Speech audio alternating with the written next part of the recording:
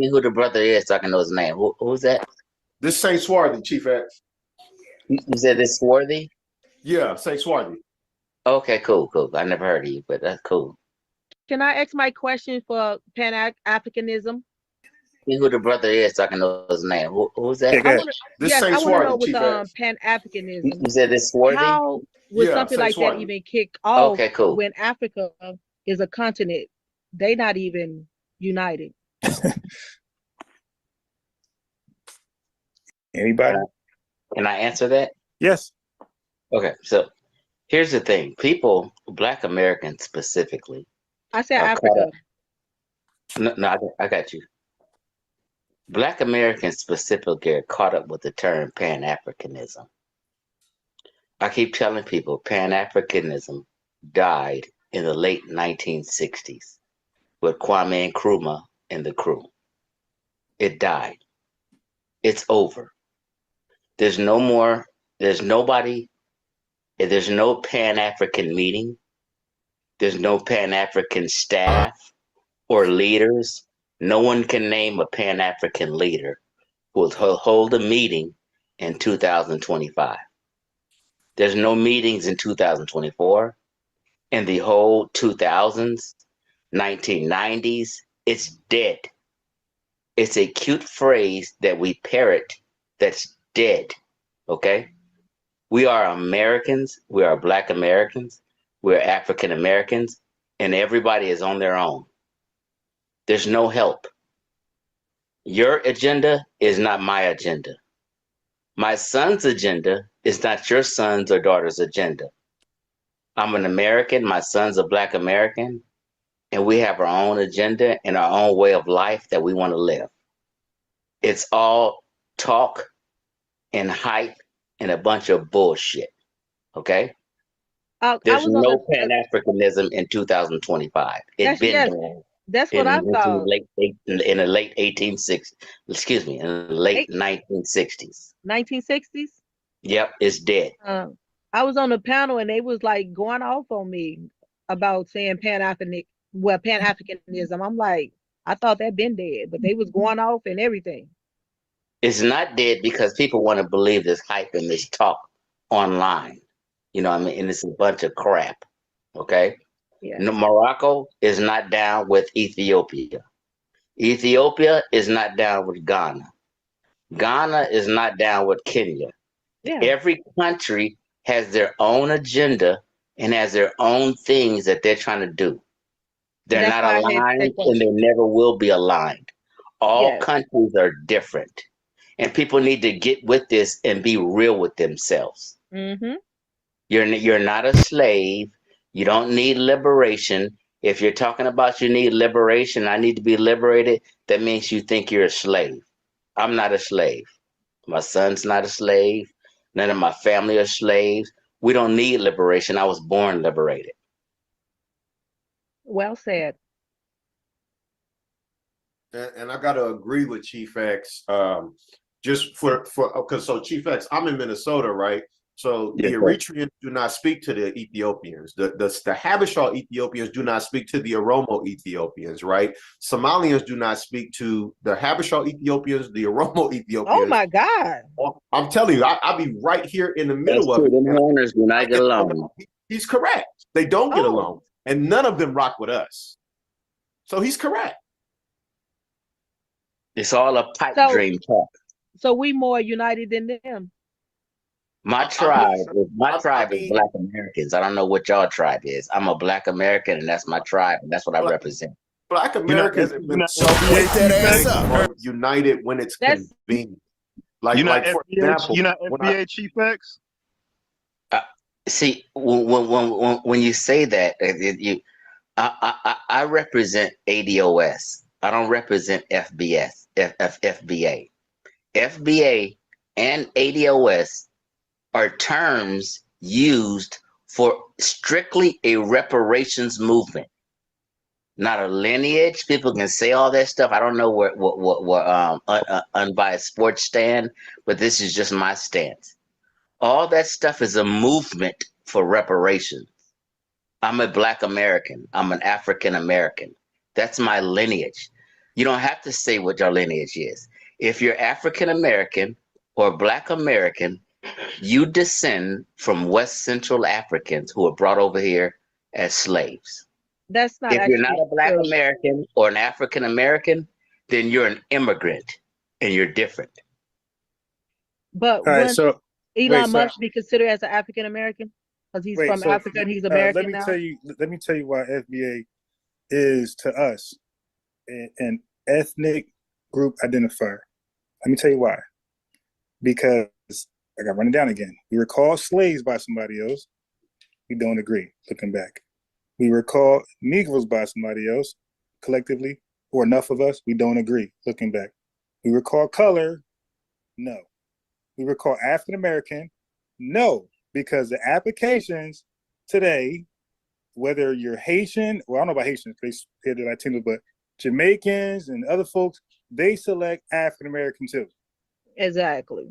So no, that's not tight enough.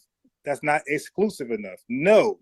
Exactly. So we want an identifier that's all exclusive. It could be Adolf, Freeman, FBA, don't care. But either way, it got to be all exclusive. Where again, I don't have no problem with the Caribbean, but I want they got their own shit, their own flag. If it's something for Jamaicans, that's just them. We're not invited at all. Just Jamaicans. Mm-hmm. Everybody got their own exclusive group identifier, but us. Our thing is always all inclusive. So when we finally shut that door, everybody's mad now. Right. That's the problem. So no, I do look at FBA and I use it as an ethnic group identifier. It's to separate me exclusively from every other Black person and every other human. Our experience, unbiased sports, our culture. Yes, sir. Unbiased sports. They're not mad about it. They all out obsessively crashing out over this shit. I'm talking about they crashing out over it. Right. The fact that Black people are saying we want to create a boundary because you guys have your community and it's certain things that you do that we're not welcome to because we're not Jamaican, we're not Haitian, we're not Nigerian, we're not Ethiopian, we're not Somalian. So and we've been loving everybody for the longest of times. My dad would rock with Pan-Africanism. He always taught us that we was Africans, but we're not going to ignore the fact that each individual group has its own group that they don't want nobody else to be a part of. I'm not going to teach my kids that all of Africa loves them because it ain't the goddamn truth. And that's true. I want to point this out. There was a Somali guy over, I think he was over in Japan. He was over there just doing all kind of stuff, getting into trouble. And you know they was calling him African American.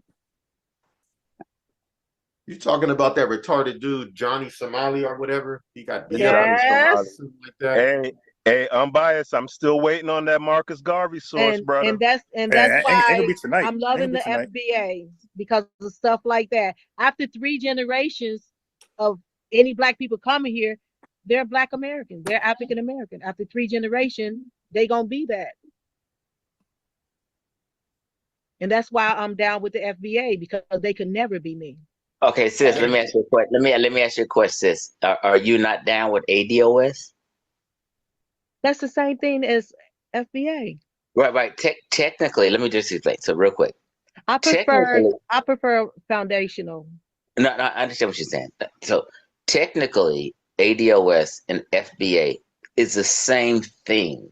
Same. That's what I said. That's what I said. But I prefer. And I agree. And I agree with you. But listen to what I'm saying though. Why would you prefer to be called FBA or instead of ADOS when ADOS was first in regards to, I mean, it is specific. It didn't connect. In regards to, listen what I'm saying. In regards to a reparations movement. Right. The only reason FBA was brought up was to represent a reparations movement. But the original reparations movement was ADOS, which FBA, aka Tariq Nasheed, stole from. But Tariq Nasheed is more popular. So people always hear FBA more, So they gravitated to saying FBA over ADOS. But if we're being real with each my other, choice, though. But no, people and have that's a fine, choice. and that's fine though. That's fine though. That's Yeah. your choice if you're caught up on names, okay? But when we're being caught up on reality and what's being real is ADOS was a movement for reparations, and FBA stole that movement. No, and FBA is just a person. We ain't saying No. Hey man, peace. So we keep hearing about this FBA stole from ADOS. All right. So I'm gonna show later on that's emphatically false. All right. So I'm gonna continue on with the show. But after we get done with this little segment, we're gonna touch on Fat Joe getting booed, and I'm gonna show you how Tariq was ahead of the curve. He was before ADOS. That's why I'm an expert researcher. I do shit like that. You dig? Let's just get back into the live stream. Niggas saying some crazy shit. Hold on.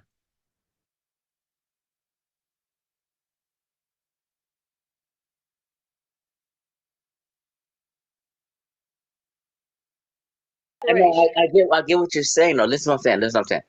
I get what you're saying technically about foundational Black Americans, meaning African Americans, or meaning Black Americans, or meaning ADOS. I get all that. I get what you're saying.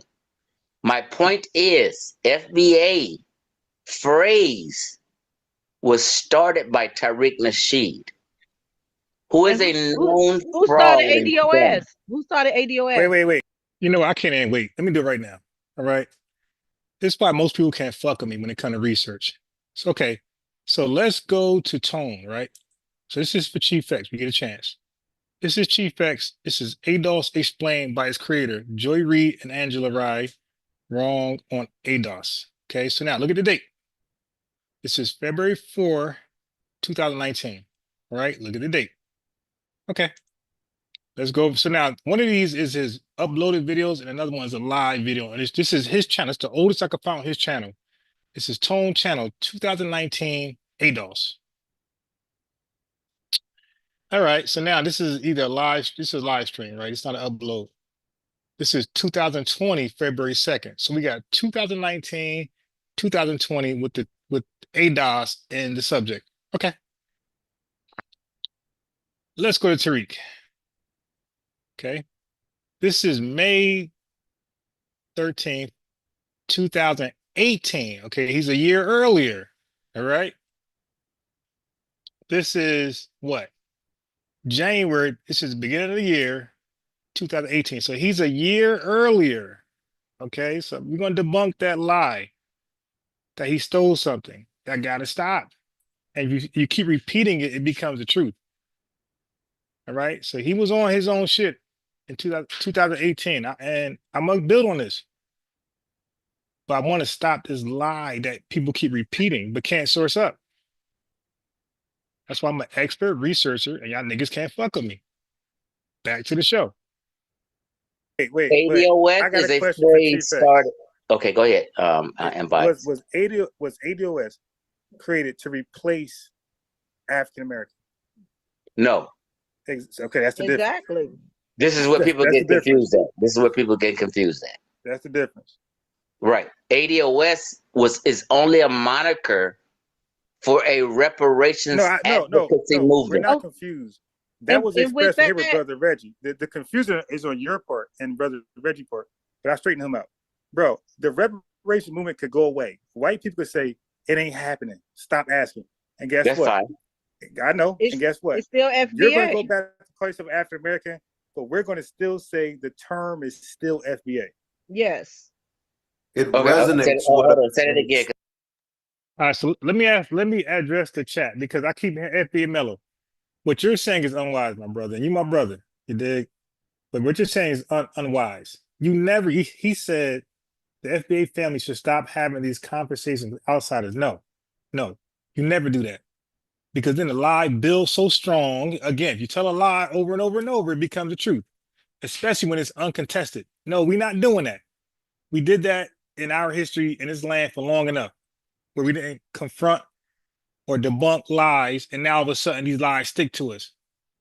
We're not doing that. You know, we are not going to be responsive niggas, always, you know, lately coming to the no, we're confronting you right there. We got that Robert F. Williams spirit. You dig? He ain't wait for the Klan to do their damage and come back and do damage control. He met them right there and scared them cowards from ever coming back. No, dude, we're not cowards. We don't flee from conversations. When you're standing on truth, you bring it. There's so many people who we would say are FBA but don't know the FBA. They still think they're African Americans and shit. But it's 43 million of us here in this country. How many you think are really, you know, came to terms to know their FBA? A small percentage. So we got a lot of work to do, nigga. Like it ain't done. It's a few of us online that understood that. If enough of us knew we were FBA academics, that fucking tether would be canceled. Math Hop would be canceled already. Fat Joe wouldn't even have the audacity to do a show.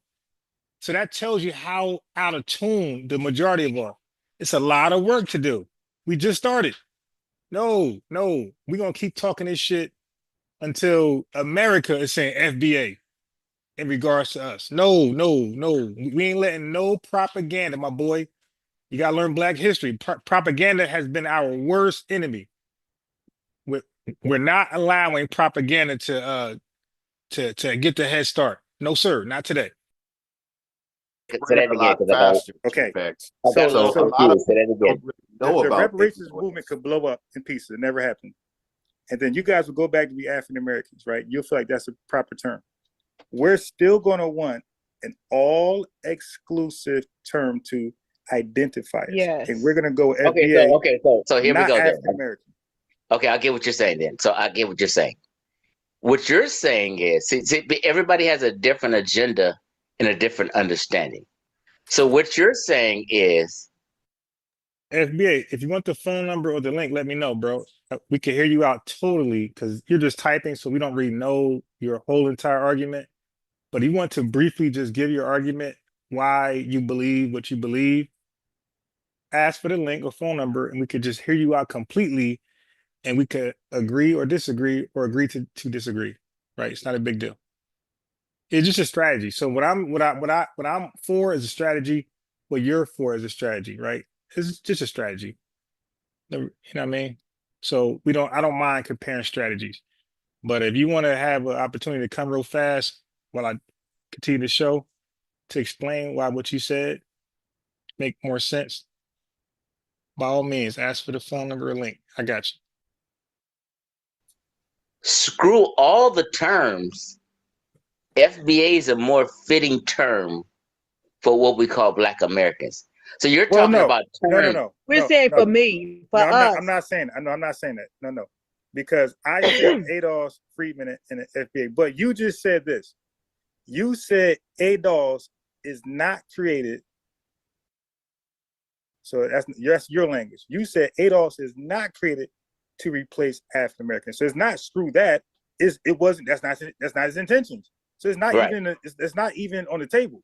Right. So what's left on the table is either Freedmen or FBA. So you could say screw Freedmen, but ADOS ain't even on the table.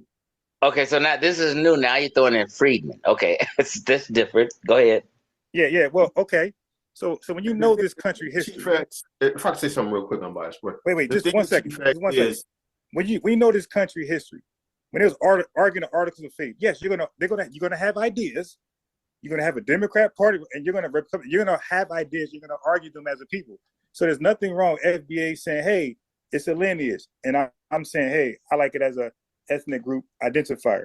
There's nothing wrong with that. That's normal, and then we hash it out somewhere in the middle. But that's normal to agree on the body politic or the general idea, and then have small disagreements and work it out later. Okay, so what I get is so what I'm getting from what you're saying, I'm biased.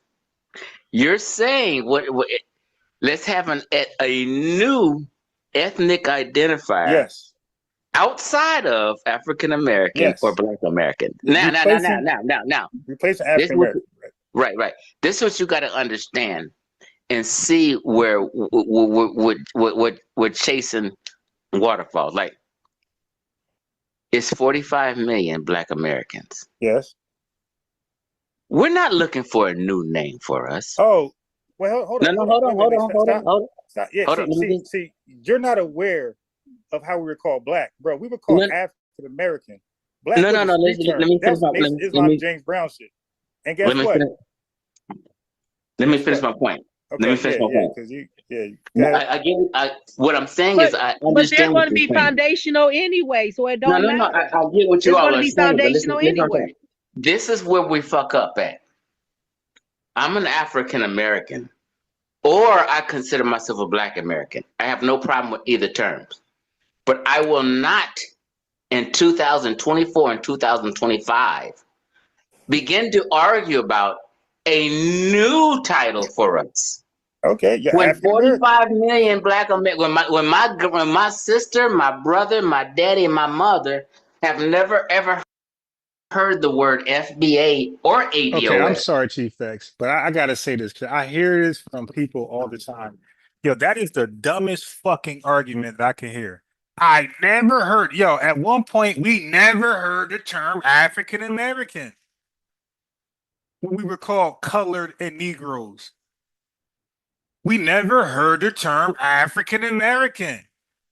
But did that stop it from being introduced as a replacement, as an ethnic identifier for us, and replacing Negroes and colored? So, but this is why when a movement starts, we kind of just like, not just, I'm just saying, period. It's why people don't introduce old niggas, because they be stuck in their ways. How many old niggas you see right now? They got baggy pants, big ass Timberland boots in the East Coast, looking like Don's Effects in 2025, looking like Karis One in 2025. How many they stuck in their ways? Nigga think eating a banana cures colon cancer. Like, they're stuck in their ways. I'm not even, when I talk this NBA shit, old niggas in my mind ain't even there. When I think of spreading, or Tariq says signal boosting your message, I think of the youth. And I consider the youth 30 and younger. I'm not trying to convince no 35-year-old thought, no 42-year-old bum nigga, nothing. 30 years and younger is who I'm, because they are the ones that's going to propel this to the next generation. Not no fucking 40-year-old. Not no chick with 8 baby daddies, you dig? So for me, it's 30 years. I fight for the 30 and younger. Y'all can fight for the 30 and older. That's your thing. My thing is the 30 and younger. All right? Because these guys are more receptive to new ideas. Old niggas are not, as he just saying. You just heard him. I'm not going to. Okay. We ain't even bringing it to you anyway. You want to spawn these ideas to the youth. To the youth. When they spawn this LGBTQIA plus idea, is that to old niggas like me? No, that's to the youth, because I would never accept that as a reality, this gender shit. So they exclude me in the conversation, and they plant the seed in the youth. We do the same thing because it makes sense. It works. So I'm not trying to convince an old nigga, old thoughts about FBA. Look, call yourself African booty scratcher, whatever you want. That's your prerogative. We're FBA, and I'm going to help signal boosters to the 30 and younger. The people who are going to take this torch and some point force the world to call us FBA, or whatever term they feel is all exclusive, that eliminates everybody outside of the FBA experience. So let's not twist that. I'm not trying to argue with everybody. But I will argue, FBA Mello, I will argue with somebody to make them the example, right? Because our youth going to hear these controversial talking points from these guys, and they're not going to have an answer. So now if they watch my podcast, they can see how I give answers and rebuttals to things like this. That's why this is necessary. You're supposed to conversing is the most civilized thing you can do. ignoring something is barbaric. But everybody can't articulate. Everybody's not an expert researcher like myself. So I get why y'all tap out. But this shit is easy to me. So I'm going to confront this on every line. You dig? In the words of Dr. Khalid Muhammad, everybody can't be a quarterback. Everybody can't be a star receiver or running back. Somebody got to hold the line, which is the work that goes unnoticed. Somebody got to hold the line. So Dr. Khalid Muhammad said, yo, we going to hold the line. So I'm going to hold the line. I don't need the credit. I'm going to hold the line and let some 2-year-old grow up and they could become the star quarterback with this.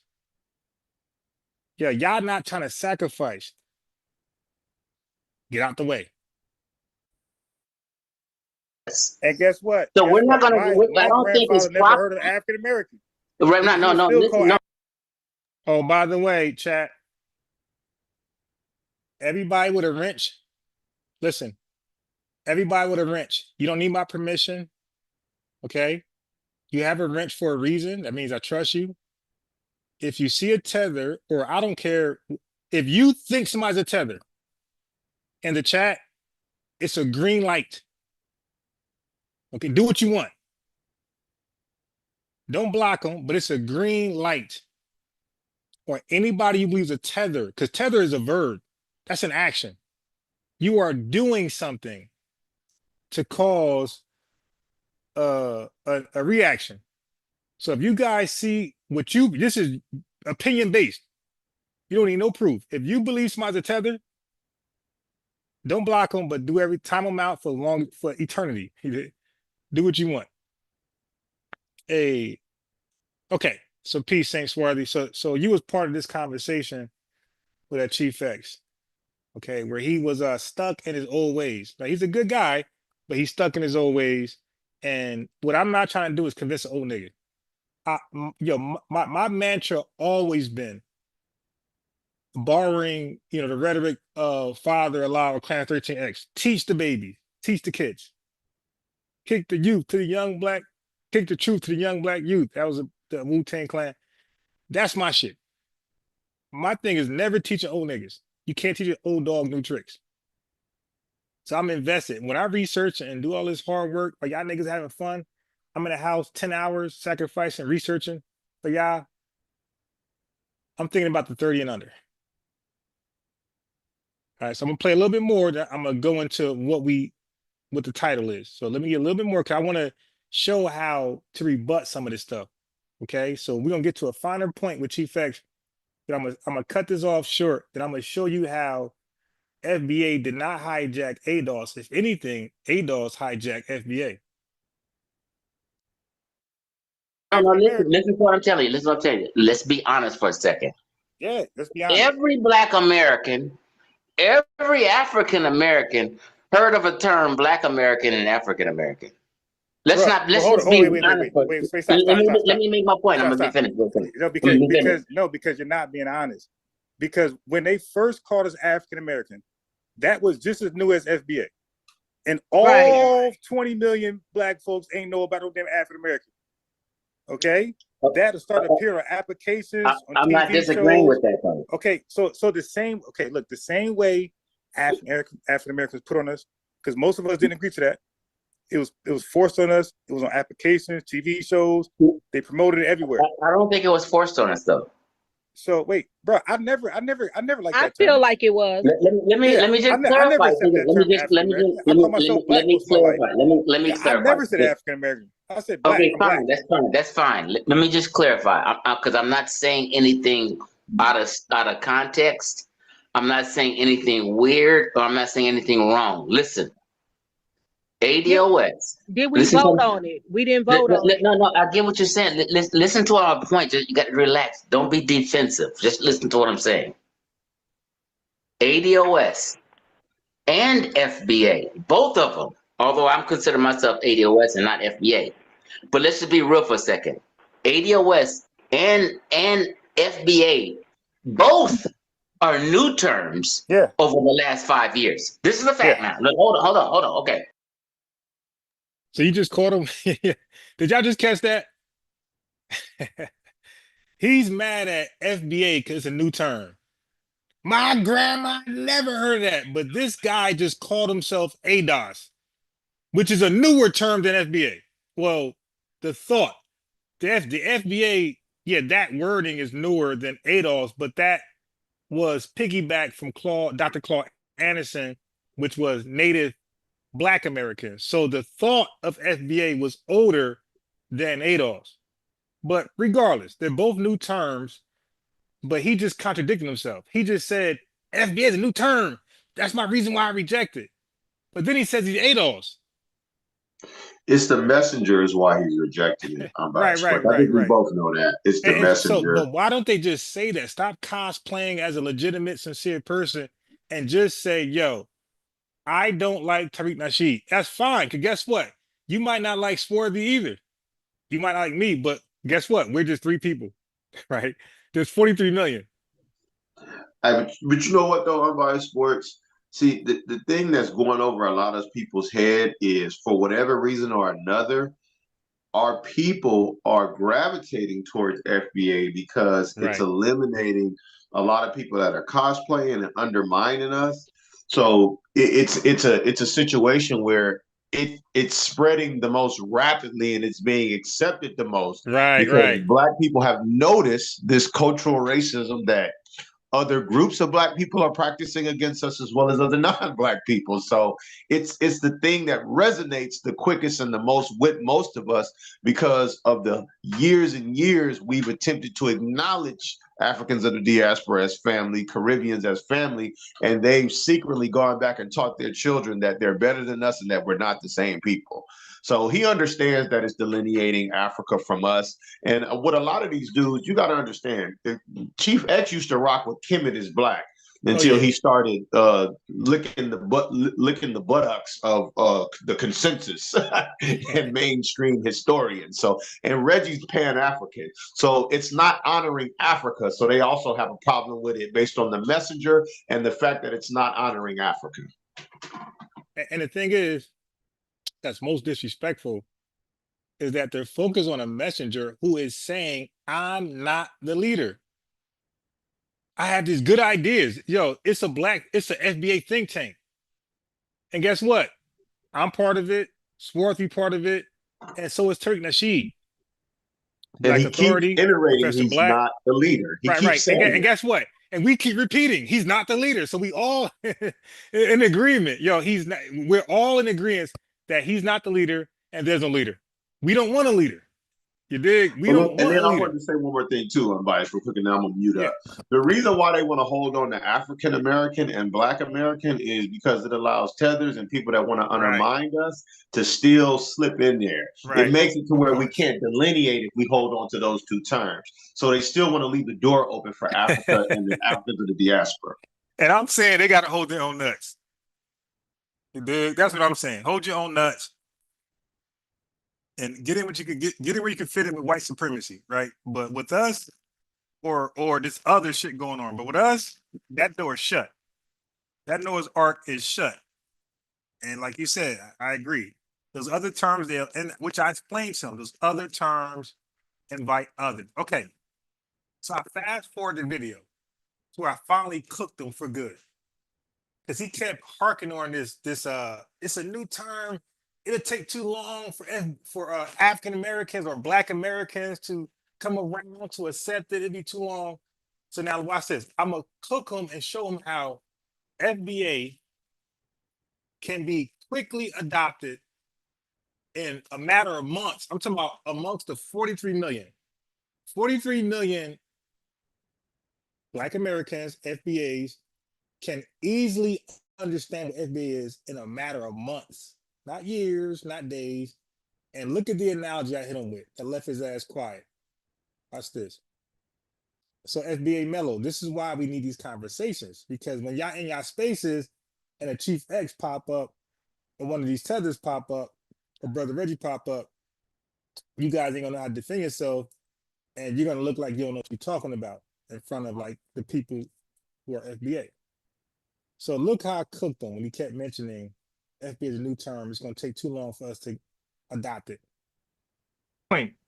No, I didn't. My point is, there's no new name for us unless you're capping for Tariq Nasheed, a scammer I asked you not and to say a that fraud These guys and a are former obsessed with pimp. Tariq You should Nasheed. mute. Okay. So when you make a claim, you got to prove it.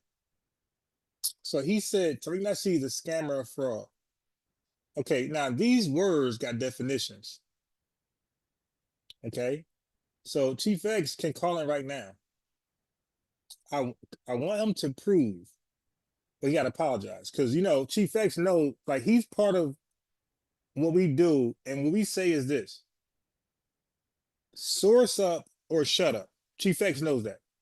So if Tariq's a scammer and a fraud, bro, prove it by the definition of the word, which we know he can't do. That's his personal opinion, and that's called defamation. And defamation is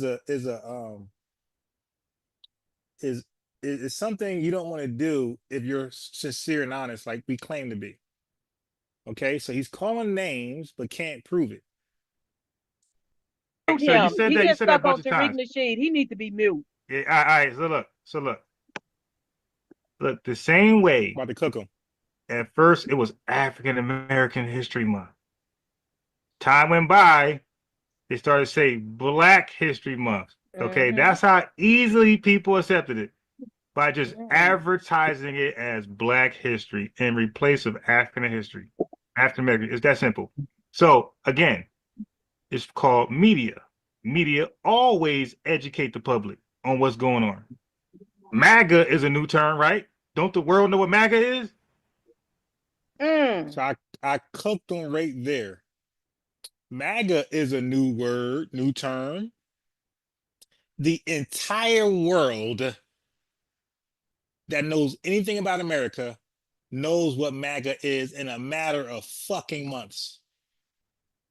So I just debunked his whole bullshit where so many black folks don't know what FBA is. Yeah, because niggas like you blocking it for getting out. Get out the way and they would know what FBA is. So MAGA was a new term. One guy,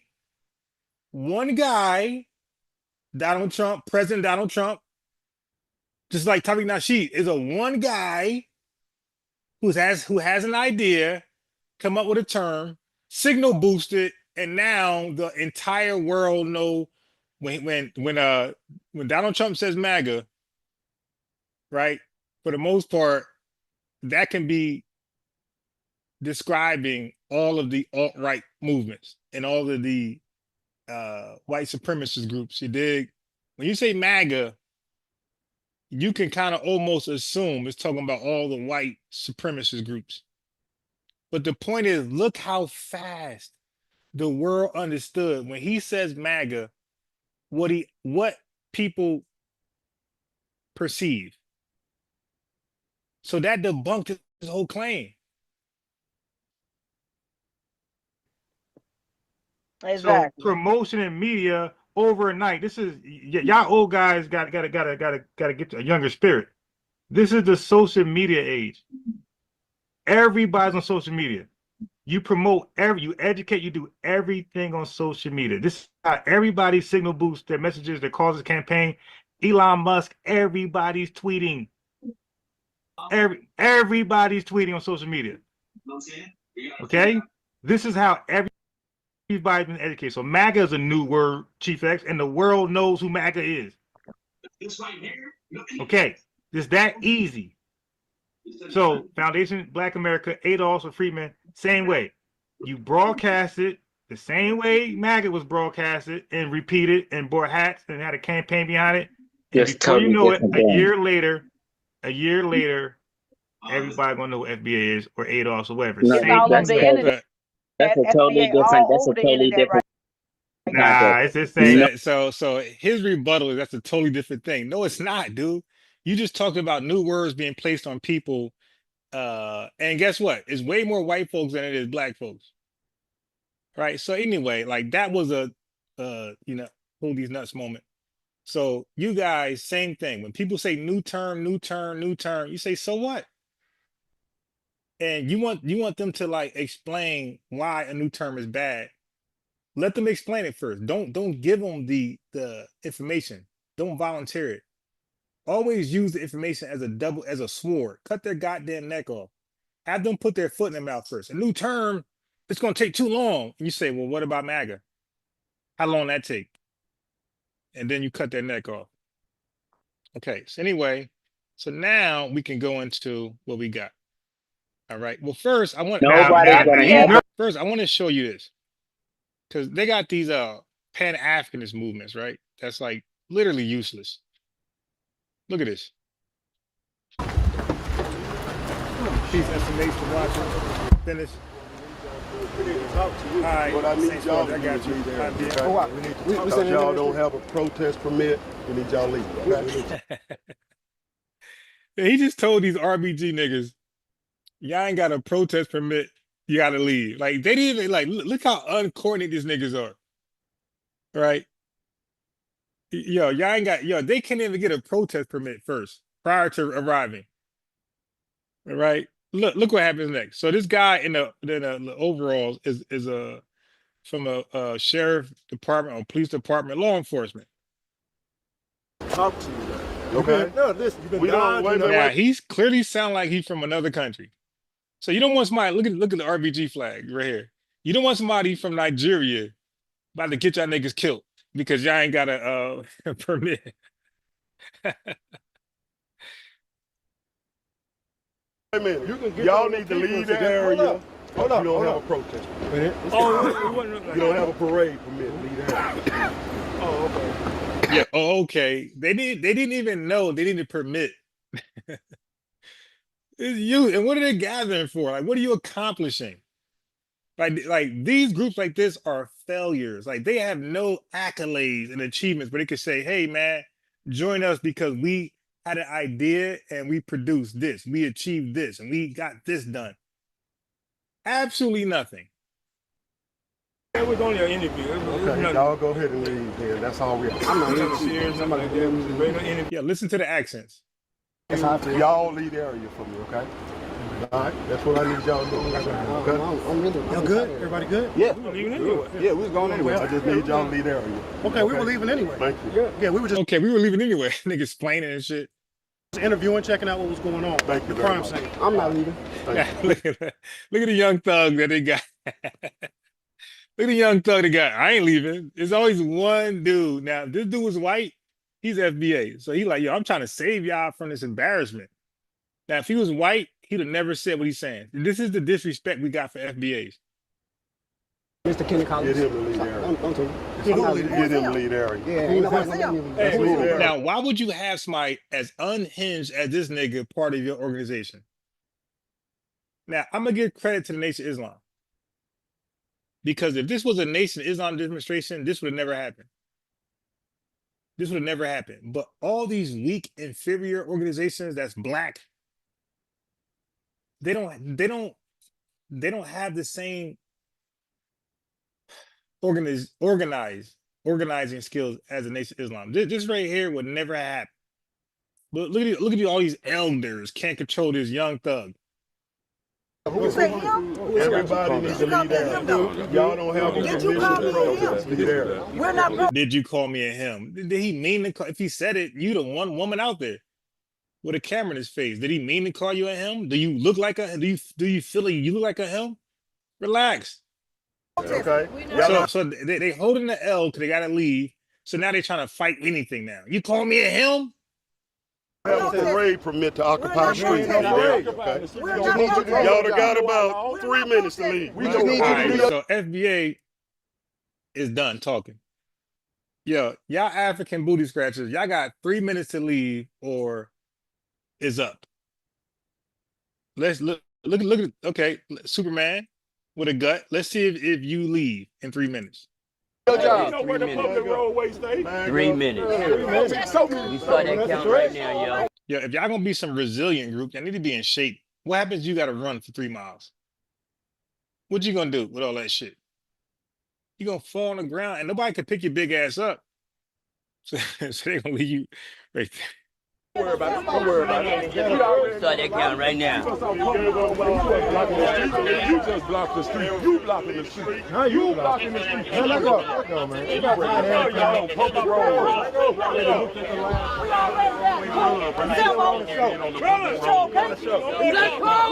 So they call them names, Sambo, Coon, everything under the sun. It's like, so that's what y'all here for, to call just names? Like, what did you accomplish by coming out here? This to me, this looks like an L. This is why we don't do this shit right here. And this is why Robert F. Williams didn't do this shit right here. This is unnecessary, coming out acting like you really calling shots with this red, black, and green bullshit. And I'm gonna get on Garvey in a second. Oh, he is not getting it passed. We will touch on that fraud tether in a second. Don't talk to him. Don't talk to him. What happened when you came out there the first time you told him he was going to get justice? It's been 6 months. You ain't still ain't gave him no justice. Nothing. No answer. None. You ain't turned it over to what the you gonna do? We know. Yeah. Yeah. So you gonna yell at a police officer for justice? Like, yo, go to the legislators, the policymakers, the court. Why you yelling at police officers for justice? Like, yo, what the fuck you talking about? You don't want what are you gonna do, Kenny Collins? Why you ain't arresting them? Why you ain't? What are you gonna do? You will run your ass out here and say, make me.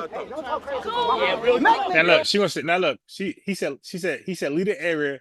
She said make me, but he's still in camera shot. Where is she at?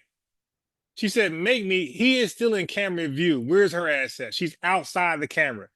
After saying make me, stand your black ass right there, so he can make you an example. Get your people out there.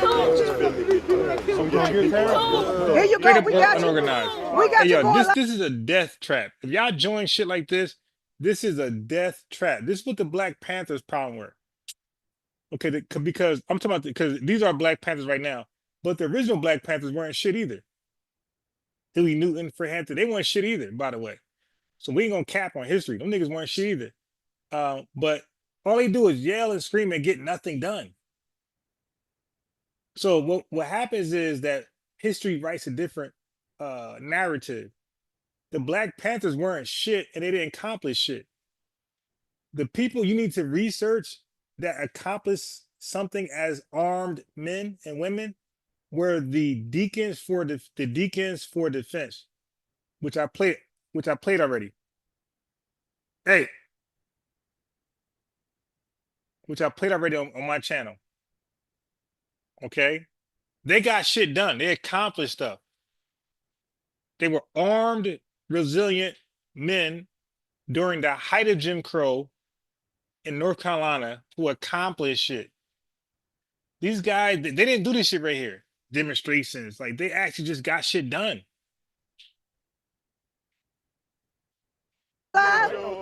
We got you going. We got everybody. We got everybody. She's a 5-star general. We gonna see you. Get your people out of here. Do your job. We ain't nobody's people. We our own people. Yeah, I bet y'all. Yeah, we definitely ain't your people. We definitely not yours. We can be on the Count Sambo. Get your people out. Coon and all. So they just calling names. Like, but what did you get done? What's the whole point of gathering and holding weapons? What's the whole point? You ain't do shit. You got chased away. Yo, go to my older videos. When I say older, a day, 3-4 days old. And go look at the ones that's entitled Robert F. Williams. You're gonna see a real armed Black man who bust his gun. And he wasn't imprisoned, he wasn't jailed, he died a free man. He bust his gun on the Klan and he got international respect. Okay, his legacy did not end as a crackhead like Huey P. Newton. He didn't get assassinated like that nigga Fred Hampton. Like, he went out in a Princess King story. The dude bust his gun, rebelled, exonerated, and lived and died old. He won. and got shit. By the way, got laws passed, got people unjailed, got the Klan running from him. He got shit done. What are these clowns doing? And what's not? This a public roadway. This a public roadway. We already got this. To have any kind of So anytime here you go. Keep going. She said it's a public road. That's the dumbest shit you can say. Ain't no road public. The roads are private. They owned by somebody.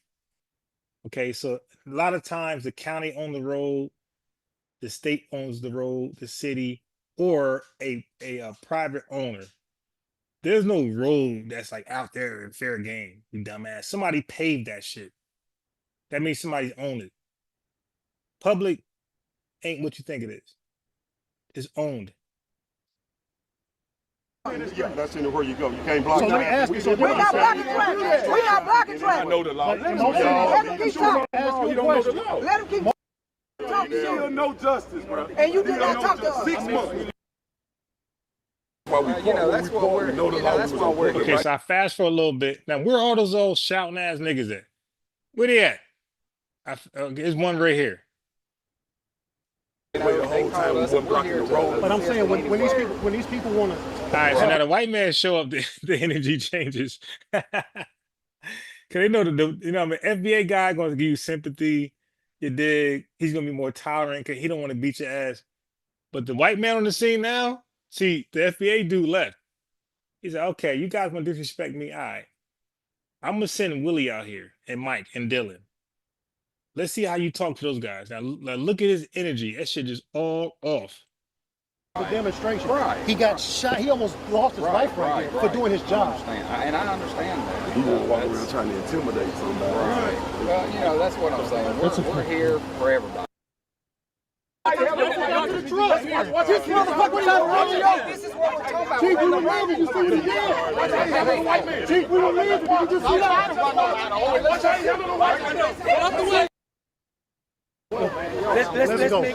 Let's make it. It's looking like it's more and more law enforcers and less Black Panthers. And he moved that vehicle so my people can leave. We got places to be. Let's go. Y'all can't run your city. Let's go. Let's go. I wish I would join some shit like this, where it's just all disorganized and one guy's action can end my life. Nah, I'm good.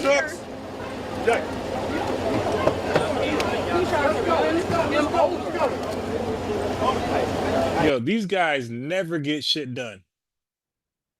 It's all optics. Social media, go viral type shit. All right, so I already showed, I'll do it again for you guys.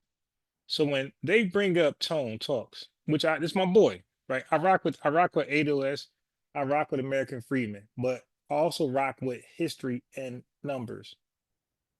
This is 2019, ADOS, explained by its creator. This is 2020, ADOS. This is 2018. My math tells me 2018 is before 2019 and 2020. So who copied from whom? Y'all got to make your mind up because your math ain't mathing. So Chief X, man, come holler at your boy. And whoever else be repeating this bullshit, come holler at me today, while I'm live. All right? The math ain't mathing. All right, so let's get rid of, and I rock with Tony Yvette because they have good content, they have good numbers, they have good facts. And I suggest I advise you guys all to, look at their shit because they be having good facts and stats. That's where I go. Listen, this is Dr. Claude Anderson on The Breakfast Club, okay? 2019, right? And he's an old man, clearly, okay? But he was talking this shit when he was a young man. This is December 24, 2019.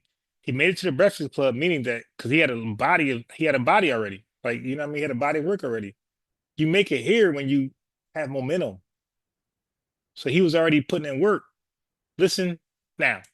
Office, he called 564 white Indian chiefs that come to the White House, give them everything they want. Is that why you use the term Native blacks as opposed to African Americans? Is that why you use the term Native blacks in terms over African American? Listen again.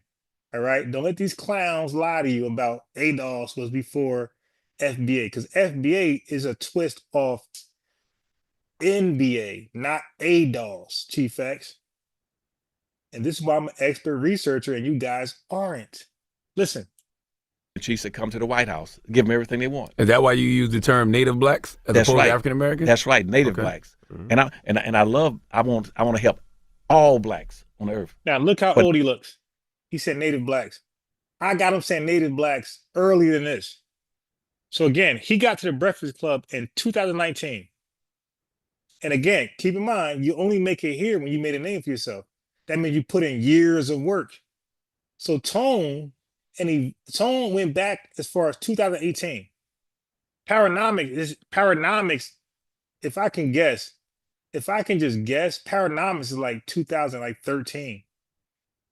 I don't even remember. Let's see.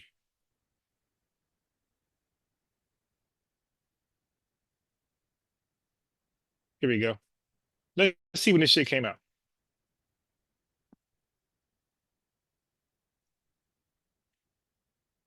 Let's see. Okay.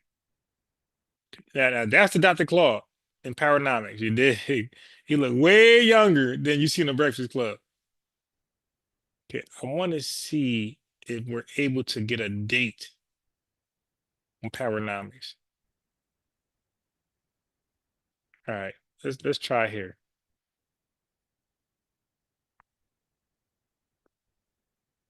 I own all these books, every last one of them. I don't own this one. I own 1, 2, 3, 4. All right. Trying to get a date on it. 2000. Again, this is why y'all can't fuck with me. I am an expert researcher. You're just John Doe. 2001. That's 17, 18 years before ADOS. Okay? That he's been using Native Black American. NBA, FBA, he just took off the A and put on F. ADOS, ADOS. How the hell does that resemble FBA? ADOS. NBA, FBA. Don't that make sense now? So to say he hijacked ADOS, you just retarded. You're just retarded. He remixed NBA, Native Black Americans. This is why I am who I am, and unfortunately, you are who you are. Okay. Anyway, let's go. All right. Okay, so let's do it. Let's play. Let's finish it. Give them everything they want. Is that why you use the term Native blacks as opposed to African Americans? That's right, Native blacks. And I want to help all blacks on the earth. But if you don't use the word Native blacks, you shoot yourself in the head. Gotcha. Because if you say African American, the first human beings came out of Africa. Anybody on earth that comes to America is an African American. Now, you can be white. Now notice, you see right here, I'm not subscribed to Breakfast Club. I'm not subscribed to Math Hoffa, Academics, or Joe Buttons, all these large podcasts who refuse to bring up the Fat Joe disrespect. See, I'm on code all the way. Y'all playing. Y'all choose entertainment over lineage. I choose lineage over entertainment. I unsubscribe from everybody who has a large platform who did not go over the Fat Joe disrespect to FBAs. I unsubscribe from every last one of them niggas. You guys choose entertainment over your lineage. That's why we can't get shit done. But you see, he's saying Native Black American. All right, this is in 2019, and we know he's 2001. So for Chief X and other clowns to say he hijacked ADOS, like, dude, yeah, now I know, like, you don't know shit. You damn sure ain't fuck with me when it comes to research. Got you. On Earth. But if you don't use the word native blacks, you shoot yourself in the head. Got you. Because if you say African American, the first human beings came out of Africa. Anybody on Earth that comes to America is an African American. You can be white and come from Europe tomorrow. You're an African American. Chief X. Brother Reggie. Makes total sense. And that's the first thing that hurts. So you can't. That's a very, very broad term. So just off this, do you think Tariq Nasheed was inspired by NBA or ADOS? And this is no shot ADOS. I respect ADOS. I respect American Freedmen. We're the same shit. To me, they're all interchangeable. But we want to debunk the lie that Tariq Nasheed stole from ADOS or hijacked ADOS. If anything, he took from NBA and made it FBA. Like, y'all gotta stop, man. Y'all hatred for Tariq Nasheed is like clouding your judgment, and you're looking crazy online because it's documented. Nigga, I got you. Who's an African American? Anybody can be an African American. Okay. Secondly, why is Native American important? Because this nation owes black folk. 98% of all the black people in America were here before 98% of all the other people ever arrived. Those native blacks. And the reason I say native because when they took them out of Africa, they stripped them of their Africanness. They took away their names, everything, their culture, their history. Then they had a seasoning process for a slave. 3 months was to break him in to being a slave, that he could no longer be identified with Africa or anything. That he was just black, period. Yo, he is cooking. He is cooking right now. Listen. But see, and so the government right now owes black people, native blacks. They don't know. He don't owe. Look, I'm gonna finish it. I'm gonna finish it for you. He don't owe Africans or Africa. You dig? He don't owe Africa. I'm gonna finish it for him. He don't owe Africa. He owned the blacks. He owned the Africans who were made black, who were made Negroes, who were made color. He owed those people. He don't owe Africa because Africa was the first black people to delineate, to be divisive, by the way. They hand selected certain Africans to be sold in the transatlantic slavery system to become chattel slaves. They delineated Africa. They were divisive. They chose specific Africans to be put in the trade slave and be duped. So when they say, hey, man, you guys are divisive, you guys are all this. No. You were when you sold us. You were divisive. You consistently grabbed the same type of African person. West African. You didn't grab the Southern, the Northern, the Eastern. You kept grabbing West African to sell. Okay? You kidnapping them violently, forcing them against their will to be part of this transatlantic slave system and to become chattel slaves. You were the first people to be divisive and to delineate. And so the government right now owes black people, native blacks. They don't know African. They don't know African anything. If you say you're an African American, whites say, shoot, I don't know.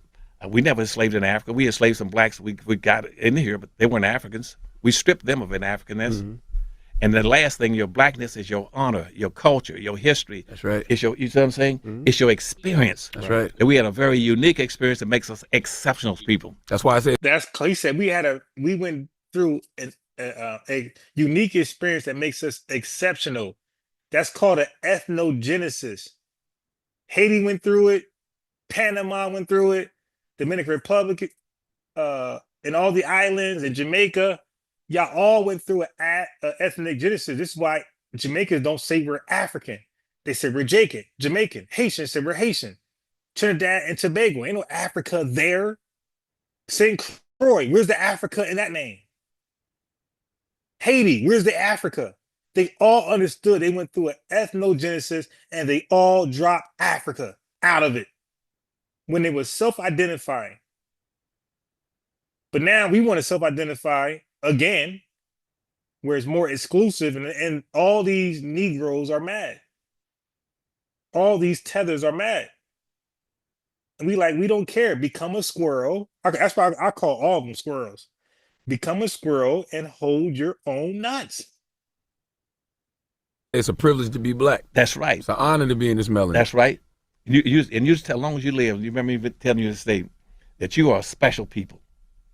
Nobody has been mistreated, maltreated like you all.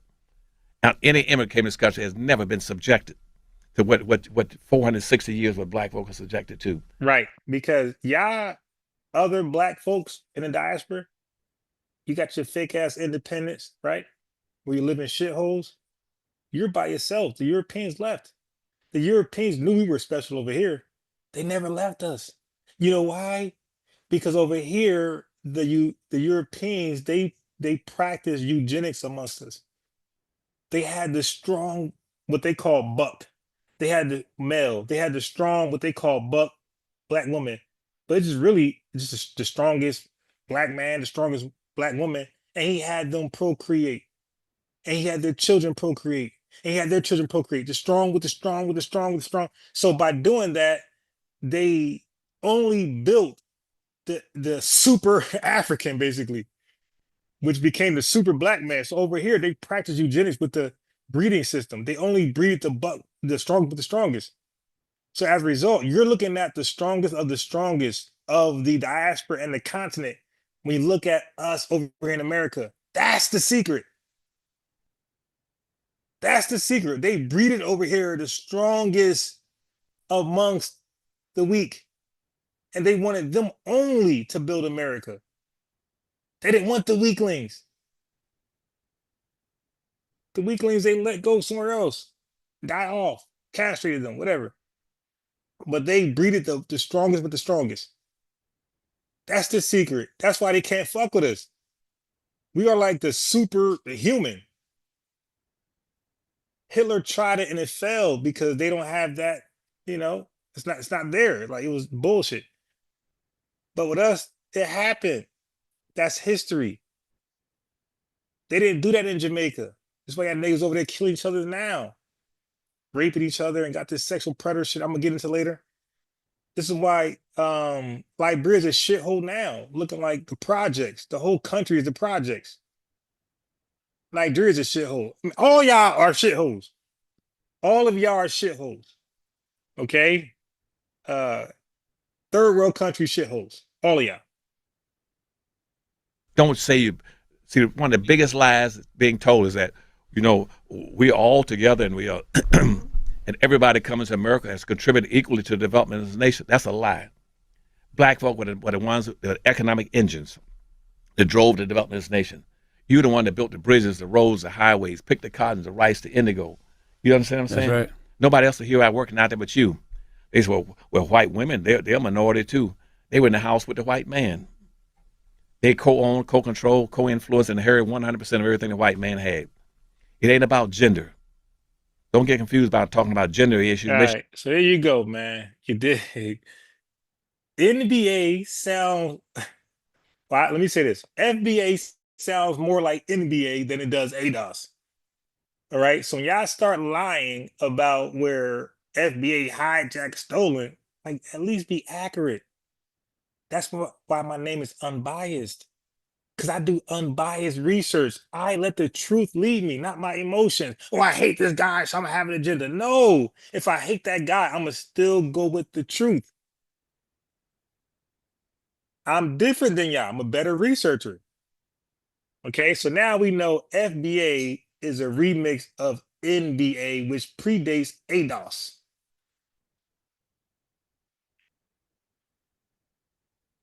You got that? So now that's a perfect segue. Matter of fact, let me address this Fat Joe shit first. All right. Let's go there real quick. Fat Joe. Okay, here we go. So Fat Joe came to Chicago to perform. He was trying to get a bunch of coons out there to perform in front of him, and look what happened.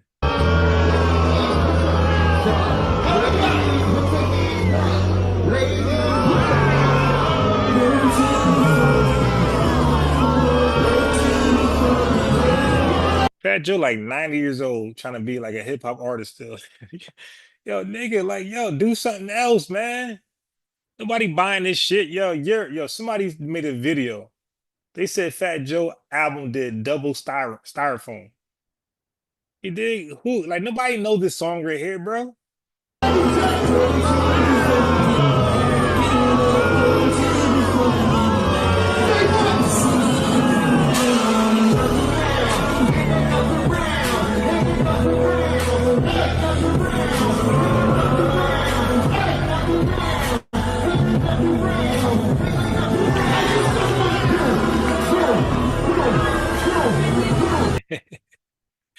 All right, so now let's talk about some serious shit. Okay, so I want to just give you a perfect narration of how did Tariq Nasheed end up just dealing with FBA, right? Why he dropped the global empowerment. He was never RBG. He was never a Pan-Africanist. He was a global empowerist. I made that word up. But he was promoting global empowerment amongst Black people of the diaspora and the continent. Okay? So the question is, why did he go from Black empowerment amongst Black people all across the world to just FBA? Because Chief X and other haters have their own narrative, which is straight bullshit. So I'm going to show you why and how he ended up dropping Black empowerment amongst the Blacks of the diaspora and the continent and over here to just over here, focusing just on us like Dr. Claude Anderson was suggesting. Okay, so first we got to see what Tariq Nasheed was seeing in real time. So this is what he was seeing that shaped his mind to say, oh shit, like, yo, these people are really not fucking with us. They have their own immigrant agenda.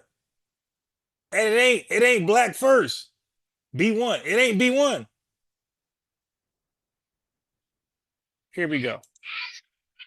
Which is funny how almost every foreigner has something to say badly about African Americans. Even Africans sometimes have to say about African Americans, but then everybody comes to America trying to be African American. I'm going to speak for my whole country, love Jamaica, but I think quite a few Jamaicans think that you guys play the victim a lot. Like outsider looking in, it's like, gosh, them complain about everything.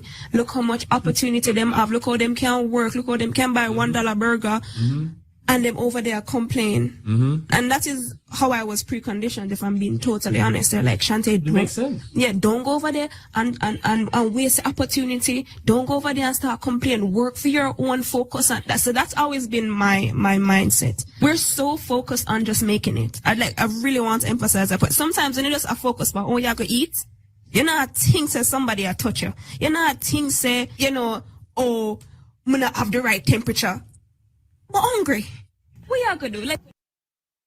The way how African Americans prioritize Blackness isn't necessarily the same way in which an immigrant would prioritize their Blackness. So, you know how African Americans would say, oh, Black writer, Black creator, Black artist, Black lawyer, Black doctor, Black woman in STEM. No, when we come to this country, it's immigrant or nationality. Maybe our careers next, and then whatever else comes after that. So immigrant, Jamaican, marketer, whatever else comes after that. The issue that you're having is we don't see ourselves as one of you. And the reason that we don't see ourselves as one of you is not because of Blackness. We just see ourselves as an outsider. The issue that you're having is we don't see ourselves as one of you. And the reason that we don't see ourselves as one of you is not because of Blackness. We just see ourselves as an outsider. So now let's move forward. So as an immigrant, I'm here in this country. What do I want to do? Put my best foot forward. What do my parents want to do? Put their best foot forward and give us the best opportunity they possibly can. Thank you, Lord, for my parents, because they did exactly that. But it's my turn as their child to hold the baton. And one thing I always say, my parents did not risk their lives to get to America for me to get involved in some political warfare. My parents did not risk their lives for me to get to America, for me to sit here fighting people all day. That makes absolutely no sense. And I think because you guys have never taken that level of a risk, you don't understand that level of responsibility and accountability. That's really the problem here. Because if you really risk your lives to have something, if you really risk your life to get something, you're not willing and ready to throw it away. Just fully American. You're African American, bro. That's it. How was that see you in 30? That wasn't an insult. That was strictly, you're black. You're not Trinidadian. You're not Jamaican. You're not African. You're not, word. You're not Ghanaian. You're not Dominican. You're not Puerto Rican. You're not Cuban. You are American. I farted so loud. Black Americans people, I don't like them because they take lots of drugs. Really, that's what I think. But have you met any Black Americans in real life? No, like in the movies. I didn't meet them. Now, what do you think about the Black American culture? Fucked up. I'm sorry.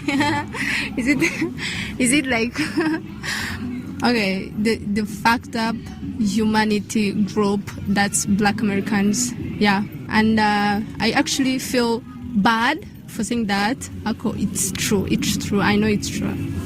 Now, why do you believe that? Because they mostly don't belong where they are. They're Americans. We all know they're Americans. They know they're Americans, but they don't belong there because they are minor. One for that. They are minor, and the racism and everything. They don't belong there actually. So they belong here, and they are not here. So they are fucked up. That's really interesting. I have no idea. So I had this tweet by McBeanie _ and they said African Americans are by far the worst representation of Black people. They are obnoxious, self-righteous assholes that make people's lives a living hell anywhere they go. And then she got like 390 likes.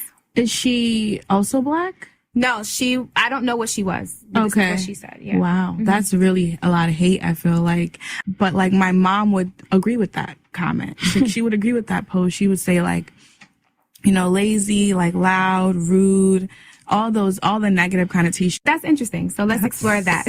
That's really interesting. Yeah, but I also will say that like my parents definitely came over here with stereotypes about African Americans. When Africans are So I want y'all to see the pattern. And by the way, if you see a tether in the chat or a tether supporter in the chat talking shit with no wrench, again, y'all don't need my y'all don't need my approval. If y'all see a tether in the chat or a tether supporter in the chat, do what y'all need to do. What y'all waiting on me for? Anyway, as you can see with the video, there's a pattern with these tethers. They're all confessing that their parents are programming kids. Listen to what you're hearing. Parents are programming kids to hate FBAs, and they haven't even experienced it yet. They're still in their failed homeland. I guess their visa got approved, or they got some fake ass illegal ties where they're about to come over. And keep in mind, the last tether that was in the blue, I'm gonna get to her. Remember this tether right around here. This tether. Remember she said she risked her life? Think about it. How'd you risk your life to come here? Because you're legal, you're gonna come on a plane, or at the very least a boat. A safe plane, safe boat. How are you risking your life to get over here? Oh, you just confessed. You were an illegal immigrant. We get it. We got it. Okay, so back over here. These tethers are admitting, they're confessing that their parents, upon arrival, are programming their kids with lies about FBAs to justify, delineating, being divisive. So like these words they be using, y'all got nerve. You guys program your kids to be divisive, to delineate.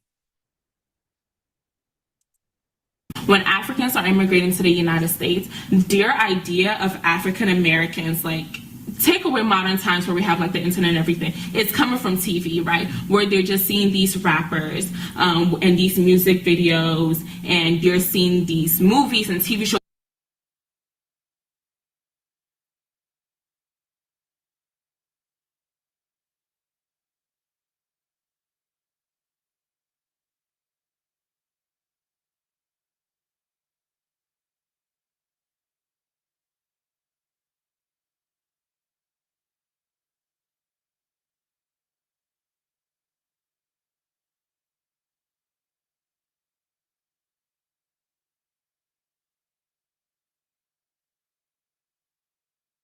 With people shooting guns and like cussing. So I was saying, when you see tethers over here or tether supporters over here, we don't have a policy of freedom of speech. We only got a policy of freedom of truth. You're only free to speak the truth over here. You're not free to lie or tether babble or tether support babble. When you see those folks in here doing that, get them up out of here. Ignorance from our parents as well. Our parents say things to us. Another tether talking about how their parents are programming them. So when Brother Reggie's and the Chief X, when they come over here lying and you know, explaining, like, dude, what about this? This ain't an FBA. She said, I'm from a different country and my parents were programming us to hate on y'all before arrival. So there was a seed already there. In which, at least I can't speak for African Americans, but I know Africans, our parents say things to try to get us to stick with other Africans instead of branching out, and for that festered. So now it just lives on as we get older. Okay, so I agree with her in that aspect, but also another thing I feel like isn't talked about enough is the way our parents will talk about Black Americans. Because if we're being honest with ourselves, our parents are not respectful. They will say things to try to instill within us to divide away from them. Oh, divisive. But like being lazy or not as clean or stuff like that. Not as clean. We're in a first world country, and a third world country woman is telling her daughter that we're not clean. We got running water. We got apartment complex in the East Coast where you don't pay for water or goddamn gas. Only electricity. Free running water, but we're unclean. We got one of the cleanest water systems in the world, but we're unclean. Like the lies they gotta, instill in their brain to talk about us. The clean water? Are you serious? And I feel like that also helps perpetuate the divide, which also needs to be acknowledged. Okay, so growing up, I had this ideology from the media, from people around me, that African Americans were these ghetto, noisy. Now, FBA family, peace, chef. FBA family. Who is telling this guy this? He's not in America. He's in some shithole country talking about us like he experienced us. They're ghetto, noisy. Where you get this from? What are you talking about, dude? But if we say they're in a shithole country, we're being divisive. But no, you are actually in a shithole country. We can prove that. But what you're saying, you can't prove. Arrogant, aggressive, just criminal.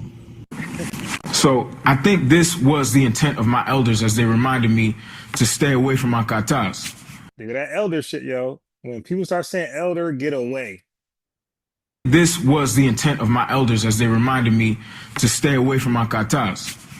Akata is a derogatory term for African Americans. All right, so he's admitting Akatas is a derogatory term. Because you'll hear some tethers say it's not derogatory, because they want to be able to say it in our face without us reacting. I didn't understand why at the time, because I knew nothing about propaganda, media, or anything else we'll discuss today.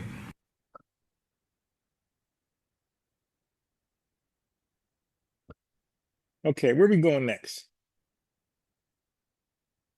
Findings. Okay, so now everybody's in our business over in America, and they want to say akata, movies told them we're thugs, movies educating we're thugs. Okay, well, we're gonna examine Jamaica, and we're not gonna examine it from a movie perspective. Okay, look at Jamaica's problem, and they got nerve to talk shit about us. Look what they got going on that nobody can relate to what they got going on besides them in another scamming country, Nigeria. Listen. Findings. Paternity fraud statistics show significant variations across. Hey, yo, that word to us means nothing. Y'all ever heard of the term or the phrase paternity fraud? Paternity fraud to Black America means absolutely nothing, but in Jamaica, that means everything. They are fully aware. The Haskells, the Stupees, these guys are fully aware of paternity fraud, but they won't tell you over here. They'll talk about it in that shithole, but they won't talk about it over here in the best country in the world's history.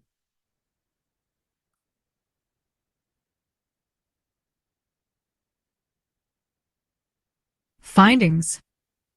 Paternity fraud statistics show significant variations across different countries, often reflecting deeper societal issues. In countries like Jamaica and Nigeria, paternity fraud rates are alarmingly high, with estimates of 34.6% and 30%, respectively. Wow. Wow. 3 out of 10, basically. Or 3.5 out of 10. Contrast, countries like Canada and the United Kingdom report much lower rates of 2.8% and 1.6%. 1.6 and 2.6 compared to 34.6 and 30%. The two most scamming countries, Nigeria and Jamaica, has the highest paternity frauds. And they over there thumbing their nose down to us with this degenerate, primitive, barbaric practice going on. Highlighting the stark global discrepancies. These numbers indicate that while paternity fraud is a universal issue, it is more prevalent in certain parts of the world.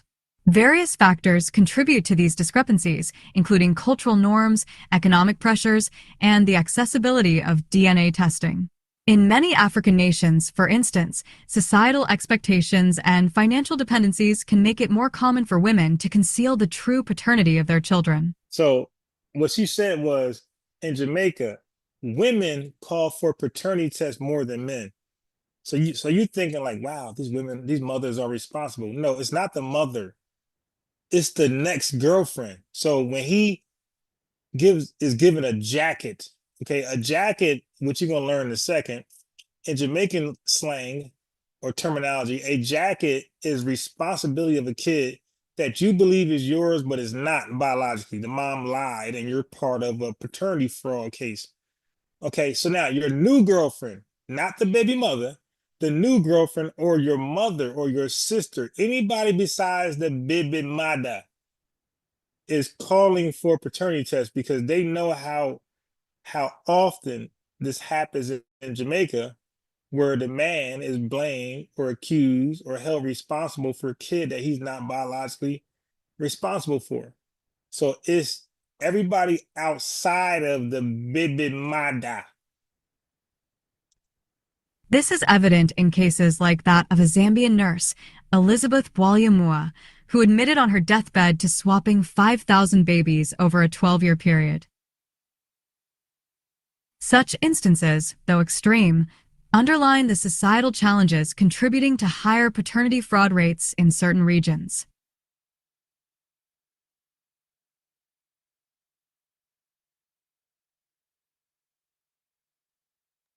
Come on, let's get it. Yo, Jamaica, right? I learned this in university still. Like I actually did a course on this. And I saw it being circulated around social media.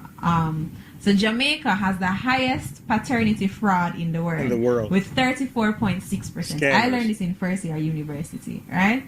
So basically, what they're saying is that I be a jacket. I just be a jacket I give away. Only just y'all have some tailor jackets too. Yeah, you have some well tailored jackets too. So they're talking about jackets again. Jacket is a term for a woman putting responsibilities on a different man who's not the biological dad. So he's wearing the responsibilities of a kid that he has no biological ties to, right? He's wearing the responsibilities of another man's kid. That's the term jacket. So when y'all see these tethers in the chat trolling, before you time them out, ask them how many jackets do they have. That's a real life term that Unbiased Sports brought you first. Okay, you heard that from here first. Not lying. But yeah, so basically, like a lot of men are taking care of children that are not their own. Unbeknownst to them. Unbeknownst to them. But I feel like you see it a lot. Yo, there was an article, you know, remember the man, and him did have like, once a 5 or 7 pitney, and him find out say, no, them have 7 pitney, and him find out say 5 a jacket. Yeah. And I feel something like the uncle or something like that. Yeah, but this, and him, yeah. But, wow, it's crazy. What you do as a man? So, yo. Jamaica may have a higher rate than other places. Jamaica may have a higher rate than other places, but in any country, especially in America, there are a high number of people who are taking care of children who are not from their bloodline, to say the least, right? And in Jamaican culture, jacket is a thing that is almost, how would you say, accepted, praised in certain circles. And it's just a part of the culture that's just normal to a certain extent, no matter how dysfunctional it is, because you basically have a situation where so keep in mind, Tariq Nasheed is becoming aware of all of this upon his global empowerment movement. Okay, so he's trying to do this global empowerment movement where he's all inclusive of all the tether nations, but he's learning shit like this. So he like, wow. And remember all the tethers earlier who was saying black folks ain't nothing, their parents educating them. So now he has to deal with all of that while he's trying to pitch global empowerment. And so he's looking like, you know, he's weighing like, damn, like, I don't think they really with us like that. Like, you know what I mean? They start realizing they're not. And you're going to see the transition. Taking care of the you're going to see the natural transition, the natural evolution from global empowerment to FBA, everybody hold their own nuts. He didn't hijack anything. It was a natural transition. It was a natural evolution.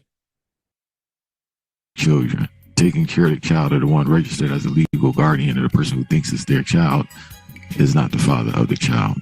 Women do it for numerous reasons. You see this jacket store back here? These jackets represent Jamaican men, and not just Jamaica. A lot of the Caribbean deal with this. Cassettes and records said skin bleaching is heavy in Jamaica. Exactly. How I'm going to have global empowerment with a woman face white as Michael Jackson, but her arms and legs and fingers are as black as Wesley Snipes. Like, how I'm gonna take her serious? Like, come on, man. I'm like, yo, sis, can you get away from me, please? You scaring me. It's just a mix-up where there's just too much, what do you call it, promiscuity,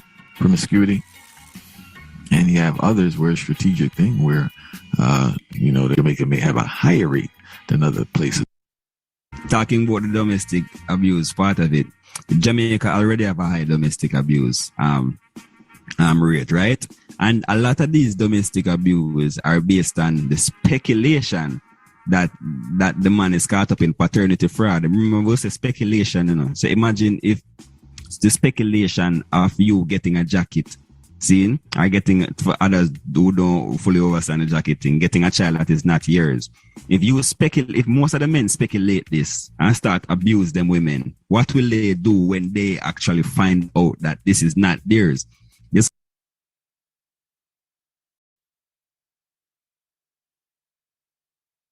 So what he explained was because of the jacket problem in Jamaica is so much of an epidemic, or you could say endemic. He was saying that a lot of men who are accused to be the father, they will speculate that he's part of that scam. So as a result, he'll turn to domestic violence. He'll beat the woman to a pulp because Jamaican laws are different than American laws. You know, over here, you try that, you're gonna be locked up, canceled, but not Jamaican. Not Jamaican. You beat a woman ass, you a hero. You dig? He's saying, he's in Jamaica himself. He's saying domestic violence had rose because of the jacket scam. And just off pure speculation. I mean, it's not even proven he's not the dad. Just him side-eyeing her, like, you know what? That bitch a little too happy with me being the father. And he'll just turn up and Ike Turner her ass. And he said that's off pure speculation. So he said, just imagine where the domestic violence will be. What is that when he finds out that he's not the father and he is confirmed part of a paternity fraud case? He's gonna be Chris Brown on that ass. So how crazy it be? And talking about the domestic.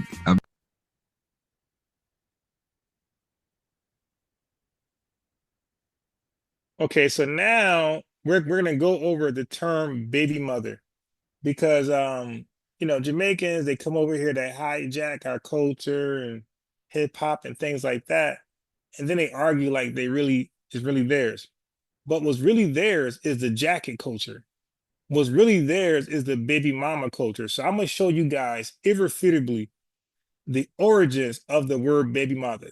Okay, because we're over here and we're not in Jamaica, we somehow now believe baby mamas originated over here.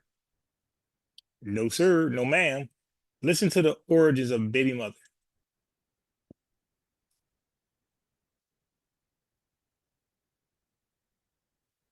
The term baby mama originated in Jamaican Creole as baby mother and was first Jamaica Creole, not United States.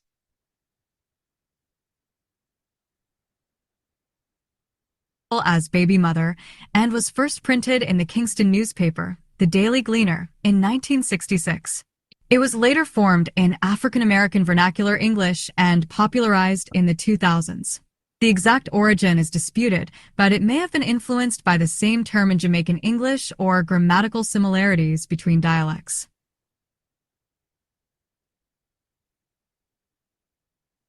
Hey Google, I guarantee you.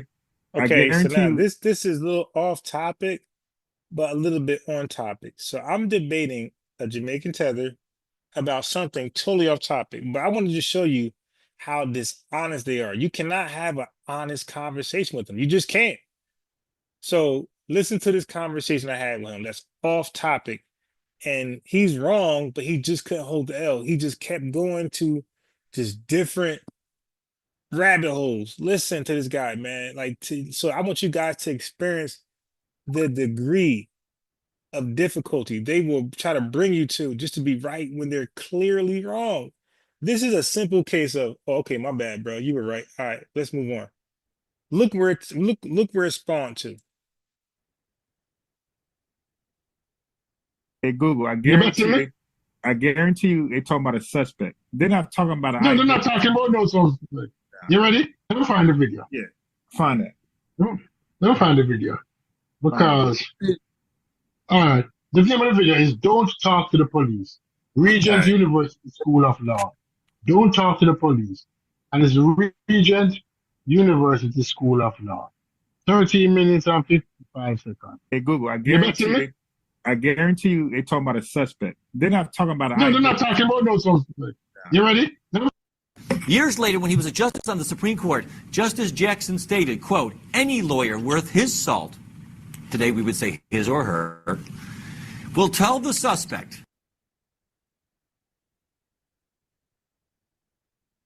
They're not talking about No, they're not talking about no suspect. You ready? They're not talking about No, they're not talking about no suspect. You ready? Years later, when he was a justice on the Supreme Court, Justice Jackson stated, quote, any lawyer worth his salt, today we would say his or her, will tell the suspect, his client. Suspect. Suspect don't mean nothing. Tell the person.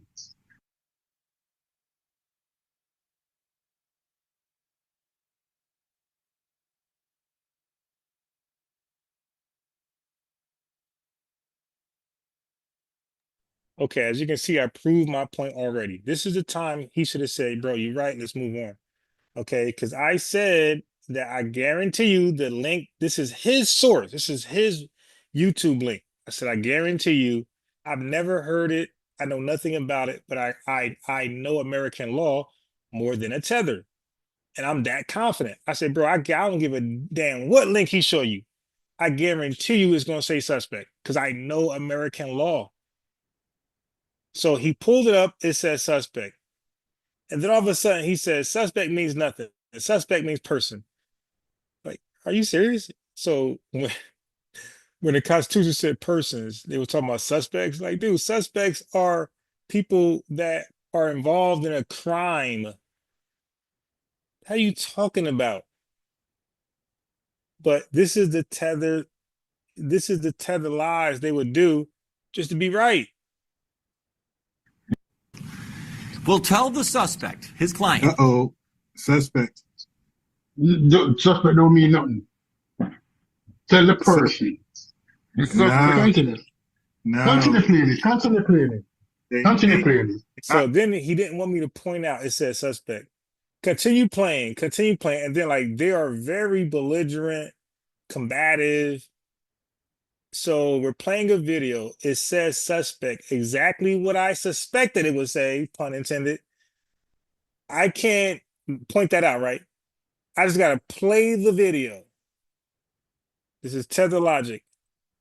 So, Google Scott, I just wanted to highlight that is exactly what I said before we played it. I said that's good advice for a suspect. I said that 1,000 times on his live. And the first thing he said was suspect. He didn't say eyewitness. Okay. He said, so I'll play it, but keep in mind, we're talking about a suspect. We don't even have an argument against this. All right, continue playing. That's what I'm saying to you. The chief U.S. prosecutor for the Nuremberg trials. That's an impressive resume. Years later, when he was a justice on the Supreme Court, Justice Jackson stated, quote, any lawyer worth his salt, today we would say his or her, will tell the suspect. So are we dealing with a suspect right now, Google? Yeah, but you're not playing the scenario, but continue. Continue, because we don't need a scenario. Because I know that Google will listen to no statement to the police under any circumstance. All right, so okay, well, let's say this. In this example, well, this law he's reading, is the suspect the focus? No, it's anybody. I'm saying that in the video because you heard the word suspect, I hang on to it. All right, please, all right, please, all right. Supreme Court Justice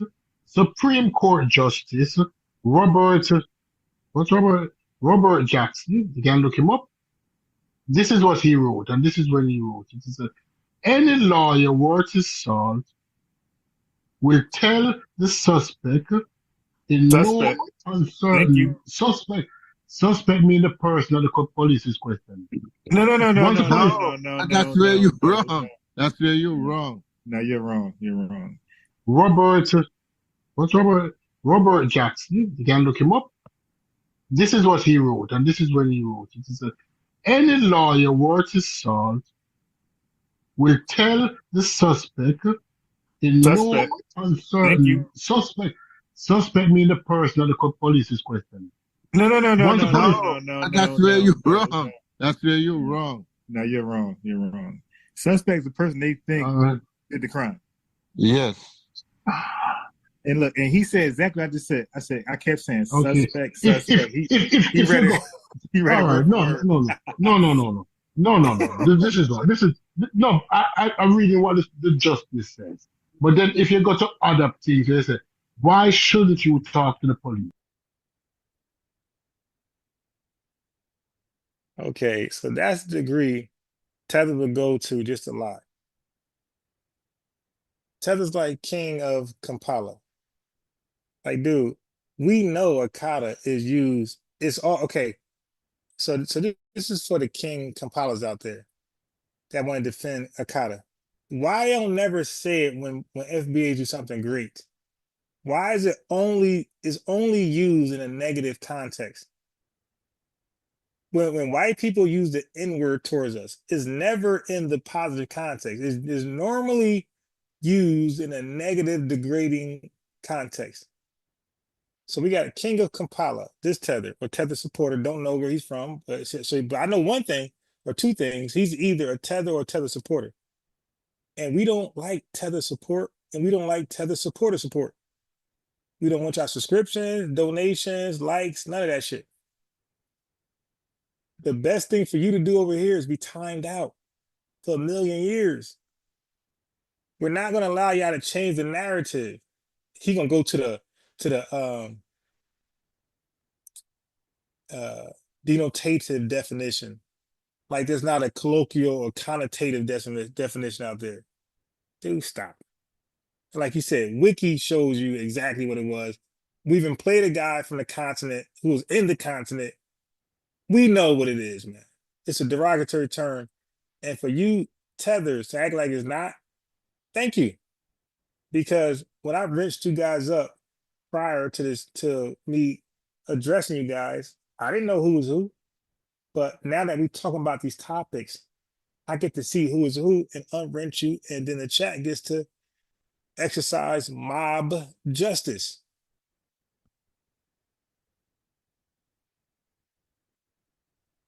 They're not talking about No, they're not talking about.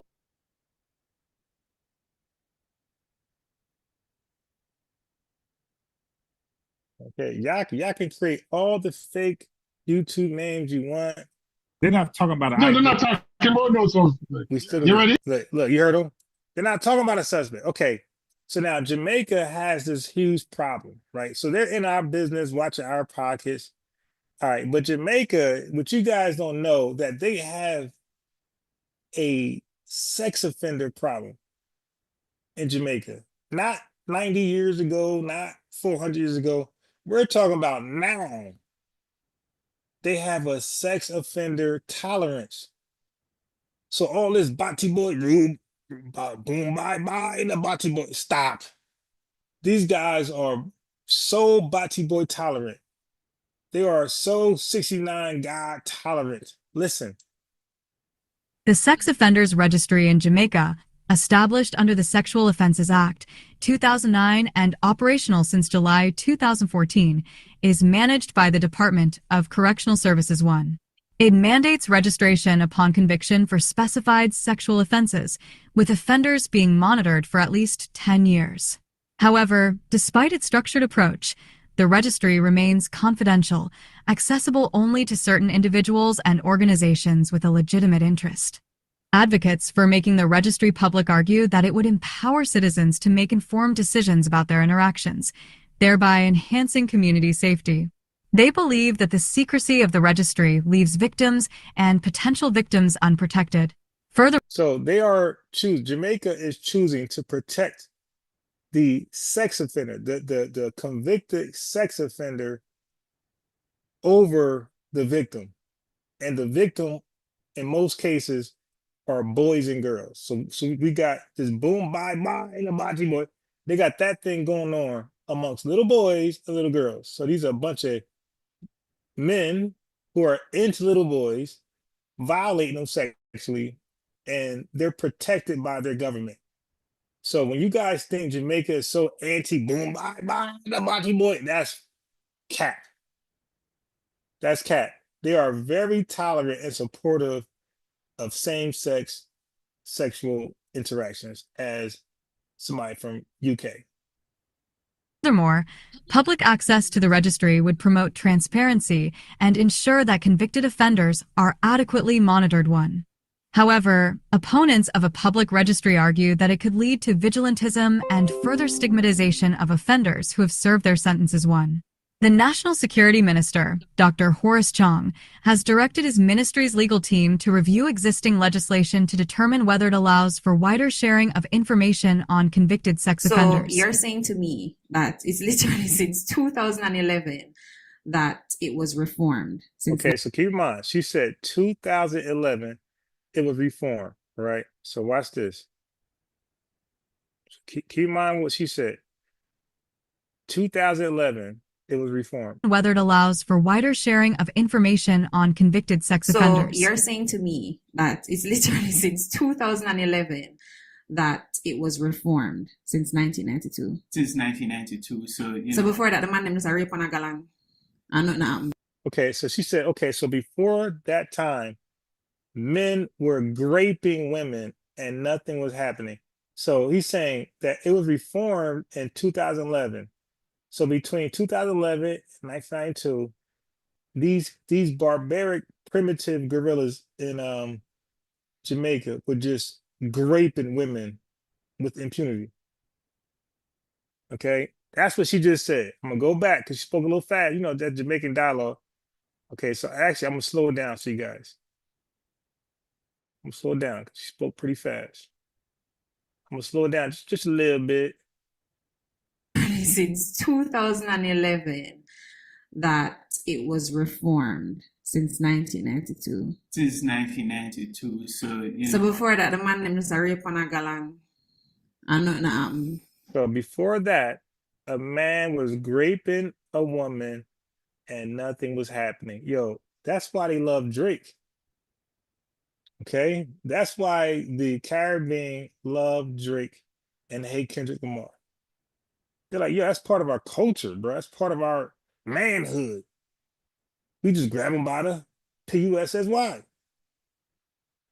So before then, men were Jamaican savages were raping women and nothing happening. 2011 that it was reformed since 1992. Since 1992. So before that, the man named Rape on a Galang. I know now. I wouldn't necessarily He's smiling that way. I saw me that put it though. I wouldn't necessarily put it that way. Okay, so he said I wouldn't necessarily put it that way. She said I would though, because that's what's happening. But he's a lawyer in Jamaica who defends these child PDFs. Necessarily put it that way. I saw me that put it though. I wouldn't necessarily put it that way. The name is like, don't get me lying, but the name is like patois, something like that. Patois is what they call it, some savage language. Put it as that the government put it that way. I saw me that Galang since 1990. Literally since 2011 that it was reformed since 1992. Since 1992. So before that, the man named Rape on a Galang. I know now.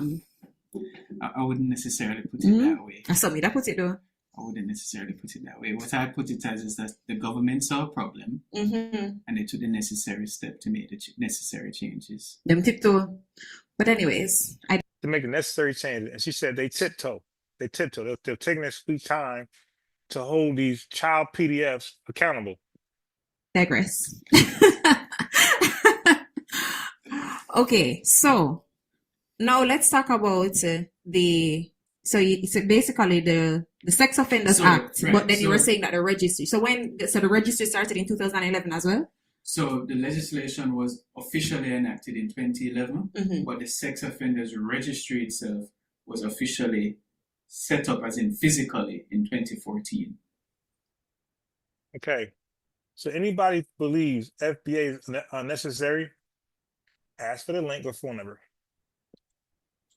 So it's being managed by the Commissioner of Corrections. Okay. So you're saying to me that it's literally since 2011 I can't everyone access the sexual offenders registry like it is in other countries. So she's asking a simple question. Can any Jamaican resident access the sexual registry just like anywhere else, like the best country in the world, America? Is it free to the public? That's the question. Okay, can we find out who are these child PDFs in real time before we decide that we want to, be around them or live around them or work around them or volunteer around them? Listen to the answer. Countries around the world. Well, the names that are placed on the registry, sexual offences registry, are in fact private and confidential. But okay, so he just said the Jamaican child PDFs in the country that's on the sexual registry. The sexual registry is made private and confidential. They are protecting Jamaican child PDFs. They are not like us. You already know how we do over here in FBA society.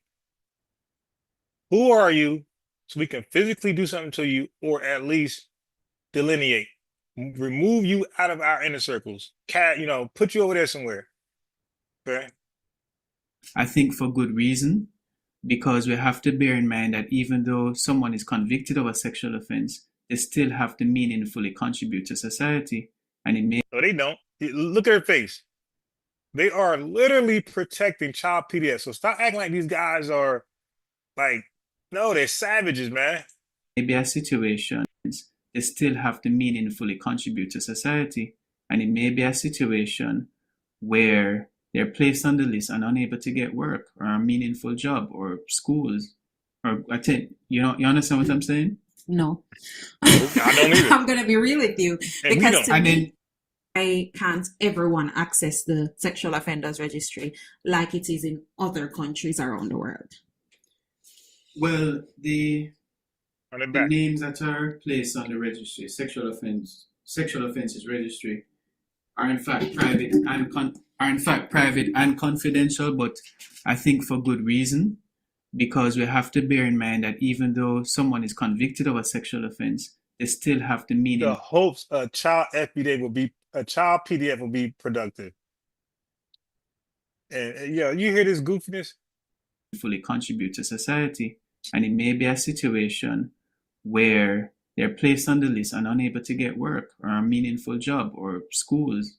Or you understand what I'm saying? No. I'm going to be real with you, because to me, I can't everyone access the sexual offenders registry like it is in other countries. Are in fact private and but cultural differences too. Okay. It might be a situation where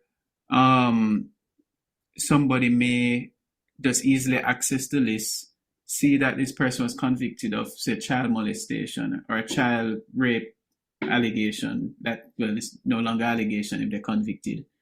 And then they see them and attack them in the streets. It can't be fair to them. That's double punishment.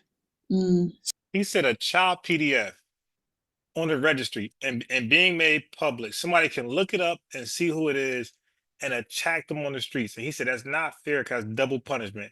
He's saying the first punishment was the guy got locked up for whatever time. And it ain't the time we give over here. Then he says, and now some people find out, oh, that's the guy, or he has a history of it, and he get attacked. He said that's double punishment. Like this is the primitive Jamaican logic. So when you talk to these folks, keep this in mind who you're talking to, trying to argue with them makes sense to. Attack them in the street. Somebody may just easily access the list, see that this person was convicted of, say, child molestation or a child rape allegation that, well, it's no longer allegation if they're convicted. Now, notice he said child. He is saying, so this whole discussion is based off men attacking, sexually attacking children. Not a grown-ass woman, a grown-ass man. Booty munchers or children, boys and girls, indiscriminately. And they are protecting them. This is their government. You're saying a few people, their government is protecting them. The government represents the people. And then they see them and attack them in the streets. It can't be fair to them. That's double punishment. So, okay.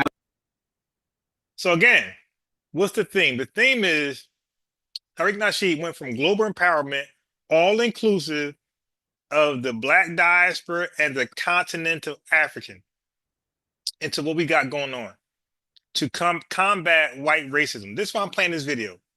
But he's watching this shit. And he's looking like, it ain't gonna happen. We gotta delineate, disown, repudiate, shame the devil, and just rep our brand, FBA. A remix of NBA, not ADOS. No disrespect to ADOS. I'm ADOS. I'm an American freedman as well, but I'm also FBA. And I'm just giving you the history. So just because I give you the facts, it's not disrespect. FBA is a spinoff NBA, not ADOS. Chief X and other folks who, spew that lie. What is the so you say your main concern about it being public is the fact that persons may be harmed. That is one of them. Yeah, but do you think it's fair then? It can, and also it can lead to reputational damage as well. Do you not think that's deserving though? Like because you gave this person trauma. Right. Ain't that just common sense? From Britannica.com. If Marcus you are a Garvey, child- born August hey, 17th. If you are a child predator, you don't believe that your reputation should be damaged? I mean, yo, this country is protecting child predators, which makes sense why a lot of these tethers are all into Drake and don't like Kendrick Lamar and that song, They Ain't Like Us. It makes absolute sense to me now. Like, oh, that's your culture. Your culture is 69 God. You a freaky 69 God. Wah, unbiased, fuck them up. You dig? 1887, St. Anne's Bay, Jamaica, died June 10th.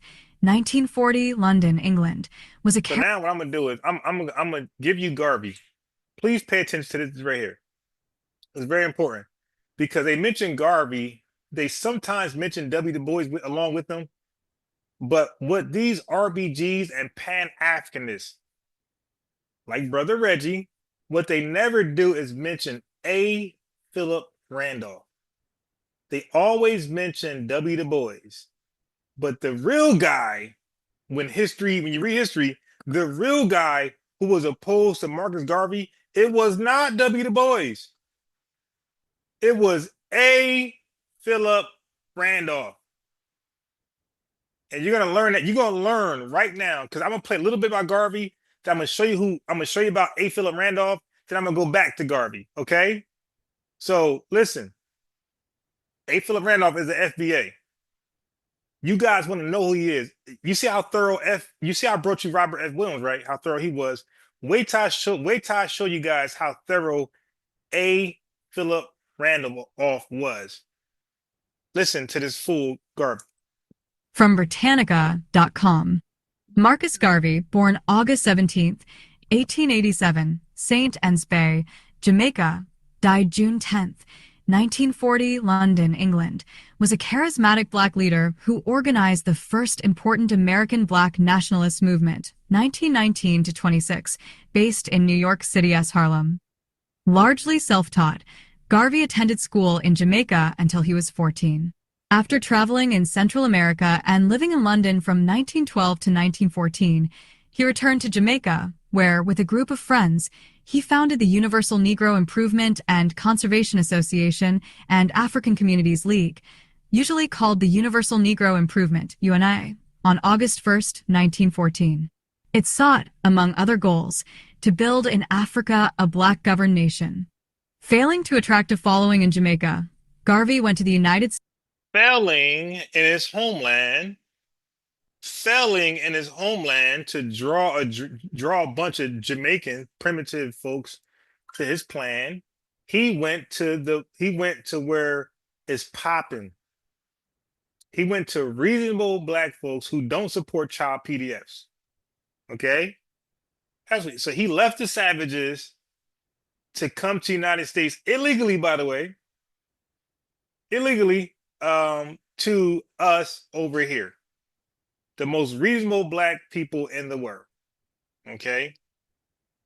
So listen again. He failed in his homeland to get his countrymen on board his idea of this Pan-Africanist movement. Jamaicans said, man, the hell with that, bro. We over here with this paternity fraud stuff. We over here with this child PDF stuff. Man, we ain't got time for that, bro. We over here scamming. You know, they say jamming.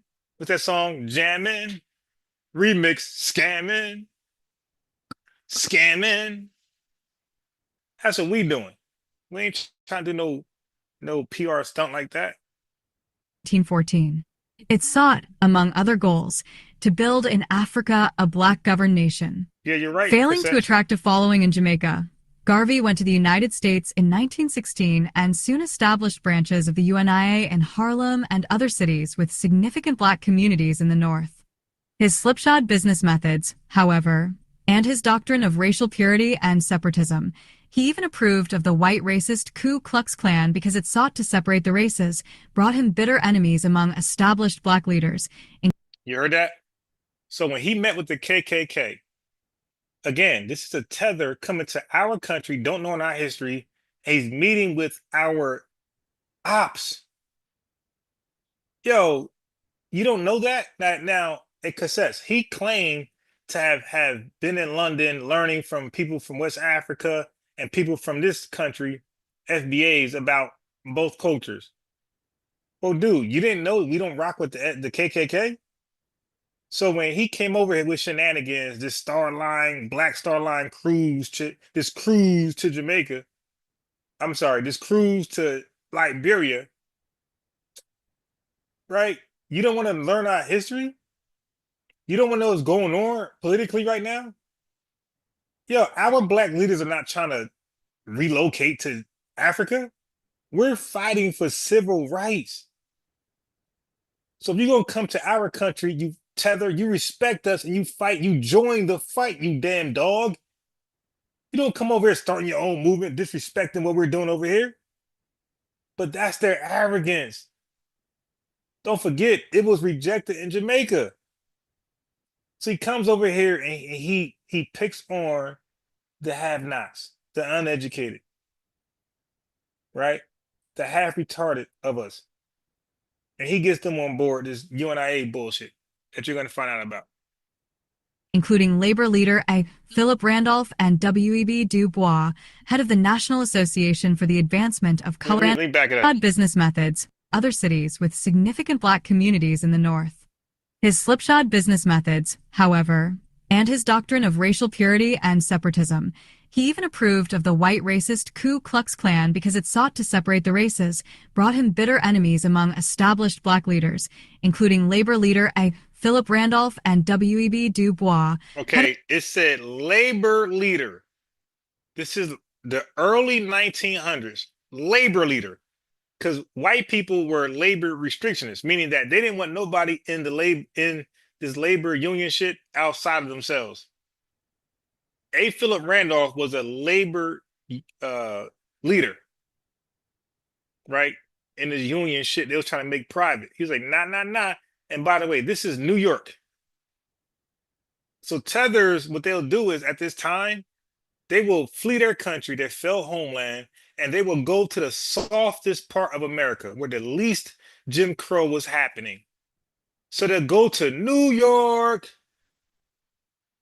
Notice none of these cowards go to the Deep South. At this time, 1914, 97% of FBAs were in Southern Jim Crow regulated, mandated states. Okay? So when we came up north, when W. Du Bois, when A. Philip Randolph came up north, they already experienced the South. This is why these tethers can't relate to us. They have no Southern experience. They're fleeing their shitty homeland to come to our great country that we created, that we built, and they go to the softest part, New York. And this is what I was trying to explain to Tiffany. It's like, yo, why they skip the South? Why they all go to the North or they go to Florida, the bottom of Florida? These guys were trying to dodge Jim Crow. And this is why who they are today. Like, they're cowards. They flee. They don't fight. Head of the National Association for the Advancement of Colored People, NAACP. A. Philip Randolph, born April 15th, 1889. Now, this Crescent is a black City. man you guys probably never heard of. You got the conscious community. They talk about everybody under the sun. I brought you guys Robert F. Williams.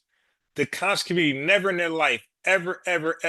Brother Reggie don't have one video of Robert F. Williams. He doesn't have one video of A. Philip Randolph.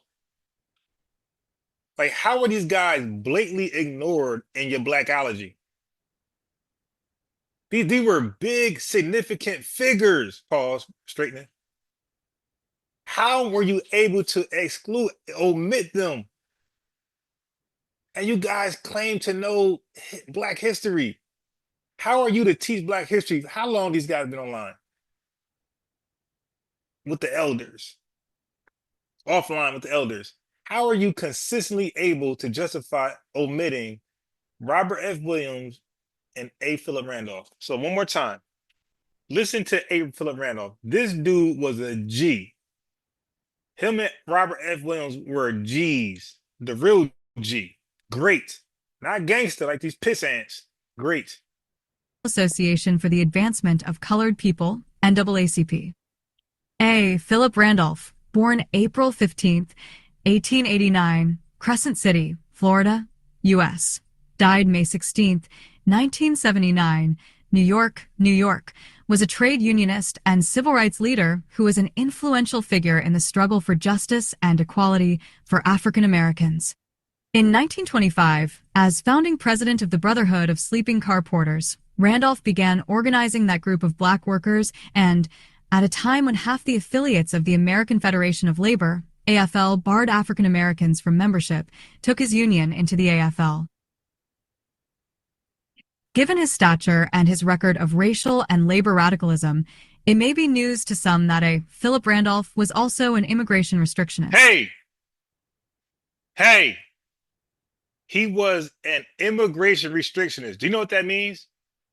When you restrict something, what that shit called? What's that snake? Boa restriction. Okay, when you restrict something, that means no. Okay, restriction means no. So he was an immigrationist, no. Okay, he did not believe in immigration. He was anti-immigration, zero. He didn't want one immigrant in this country. All right, so you know he ain't fuck with Garvey. He was anti-immigration, anti-immigrant. Let me go back, and you're gonna learn why. It may be news to some that A. Philip Randolph was also an immigration restrictionist. Certainly, it's not a part of his reputation.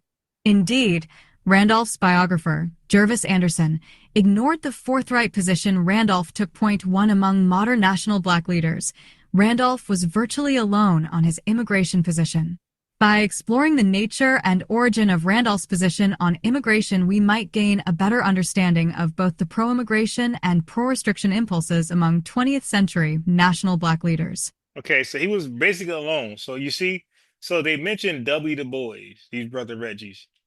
But you see, he wasn't with A. Philip Randolph as far as anti-immigration.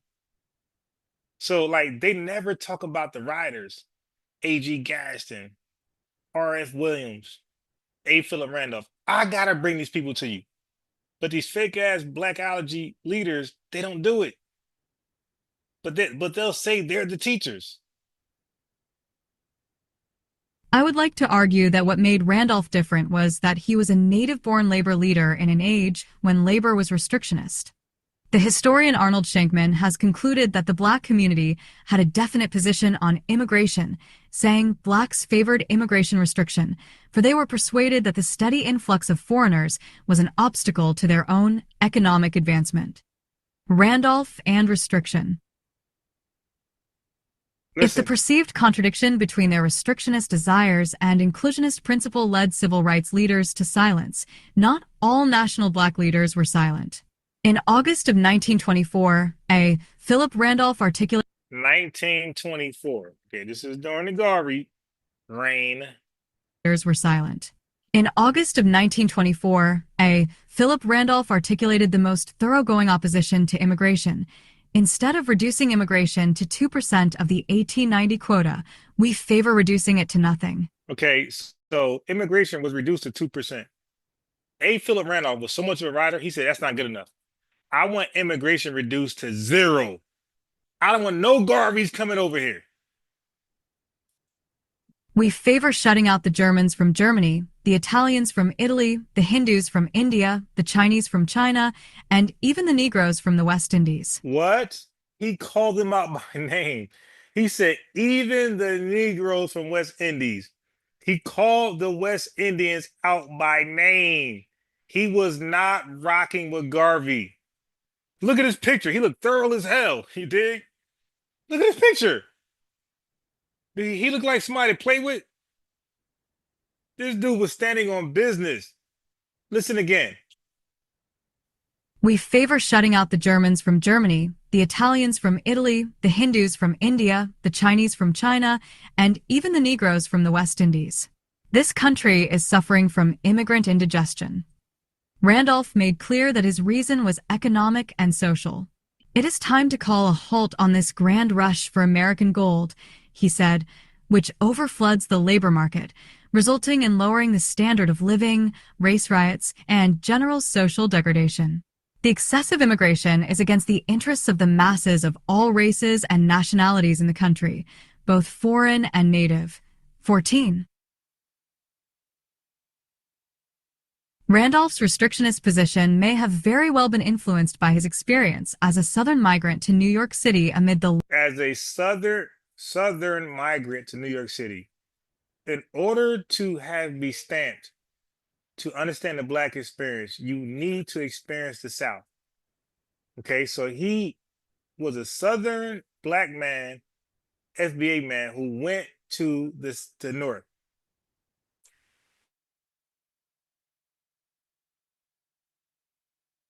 large influx of West influenced by his experience. Randolph's restrictionist position may have very well been influenced by his experience as a Southern migrant to New York City amid the large influx of West Indians during the period.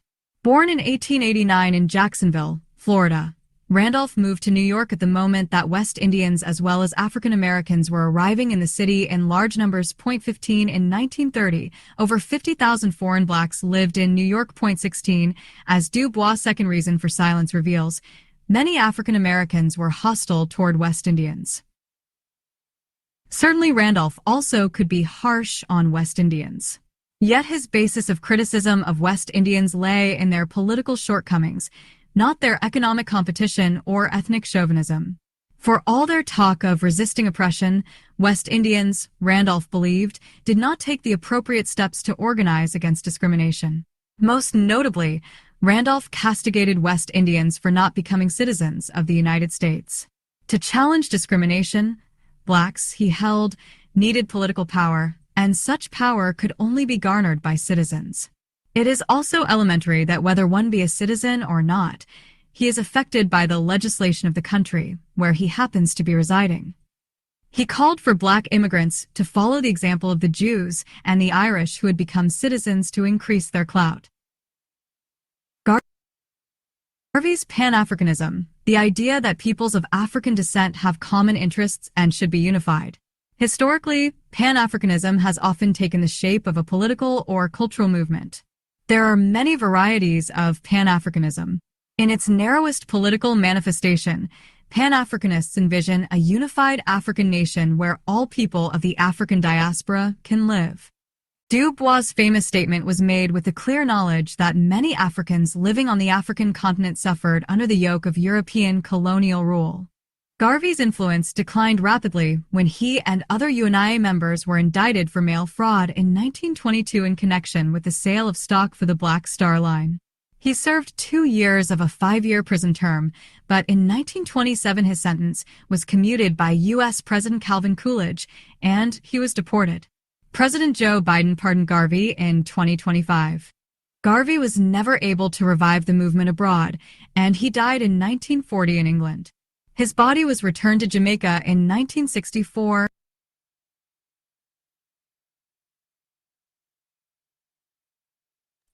My fault. I got to bring it all the way back.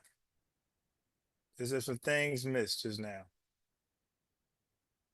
There's some things missed. I got to bring you back. I got to bring you back. I got to bring From you back. Britannica, China, not their economic competition or ethnic chauvinism. For all their talk of resisting oppression, West Indians, Randolph believed, did not take the appropriate steps to organize against foreign blacks lived in.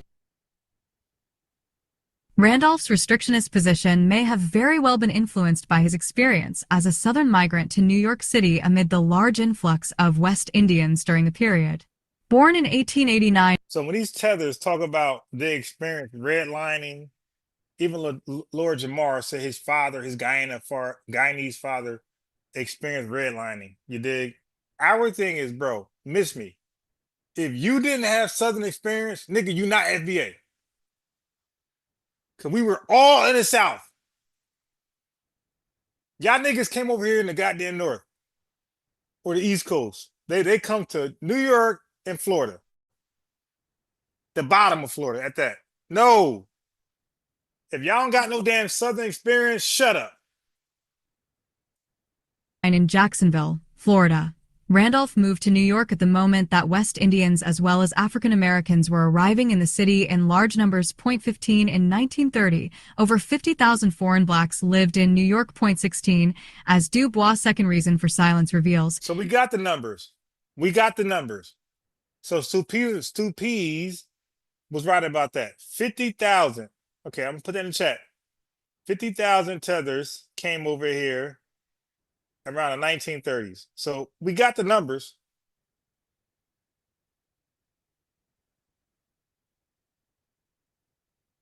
Put it in the chat real fast. We got the numbers.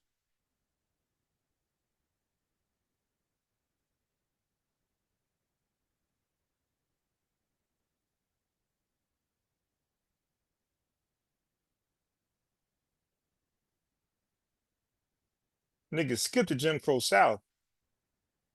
But they're gonna tell you that they know what we experienced. Motherfuckers skip the whole Jim Crow South. So 50,000 tethers in 1930. We got the numbers. Many African Americans were hostile toward West Indians. Many African Americans were hostile toward the West Indians. Oh, but today you're divisive. You're delineating. Nigga, they was doing that when they first came here. FBAs were hostile towards these niggas when they got here because people like A. Philip Randolph was like, yo, we don't want no immigrants. They're going to undermine what we got going on. You dig? Yo, the Black Reconstruction was just subdued by Jim Crow. So we're trying to fight for civil rights right now. We ain't got time for some niggas who ain't experienced the South to come over here because they're not going to fight for civil rights because they don't know what it is. They don't know what they don't know what Southern Jim Crow is. So they're going to feel like, yo, you on your own. Like the tethers we showed in the videos before this. They're like, yo, what you talking about? We ain't about to do no civil rights bullshit. Yo, we're here for economic relief. We're not here to join a political war. They were never our allies, man. Never. We just lived near them niggas. They lived amongst us. That's it. That's the only thing we have in common is that they lived amongst us. Let's be real. They never came here to help us accomplish something. And they damn sure ain't come here to help us achieve civil rights. Certainly Randolph. So when they talk about a few tethers that was in the civil rights movement, it's like, well, bro, you had no fucking choice. You realize you can't get shit done by yourself. You in small numbers, 50,000. There's millions of us. So some of y'all joined the civil rights movement, which y'all had your own agenda, which was the 1965 Civil Rights Act to include more tethers. Y'all didn't give a fuck about rights towards FBAs exclusively. No, you wanted more of your people to come over. You didn't give a fuck nothing about what we was doing. You wanted to tag along your people who never experienced the Jim Crow South. Tiffany, while trying to educate your big head ass. Americans were hostile toward West Indians. Certainly Randolph also could be harsh on West Indians. Yet his basis of criticism of West Indians lay in their political shortcomings, not their economic competition or ethnic chauvinism. For all their talk of resisting oppression, West Indians, Randolph believed, did not take the appropriate steps to organize against discrimination. You heard him right.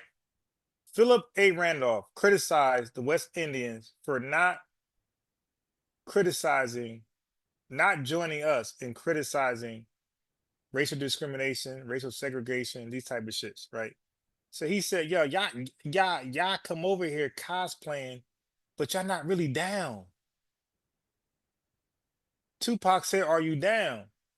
So Philip A. Randolph, he's seen through the bullshit. That's why he wasn't rocking with Garvey.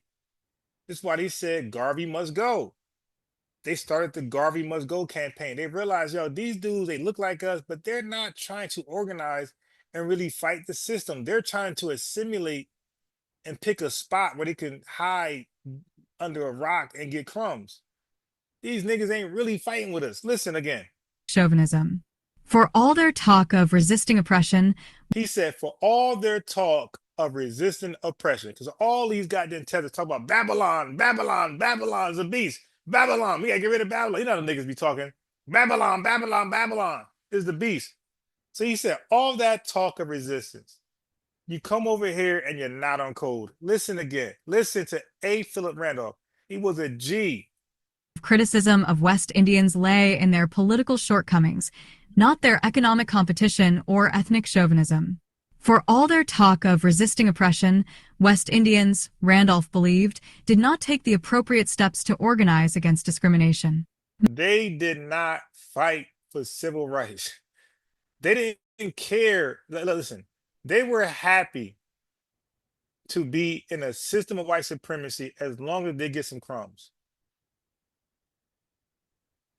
That's just the facts.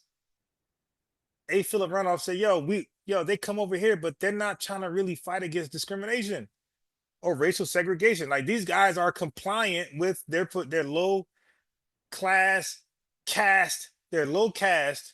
second class position. Like, they're okay with it because it's a step up from their shithole.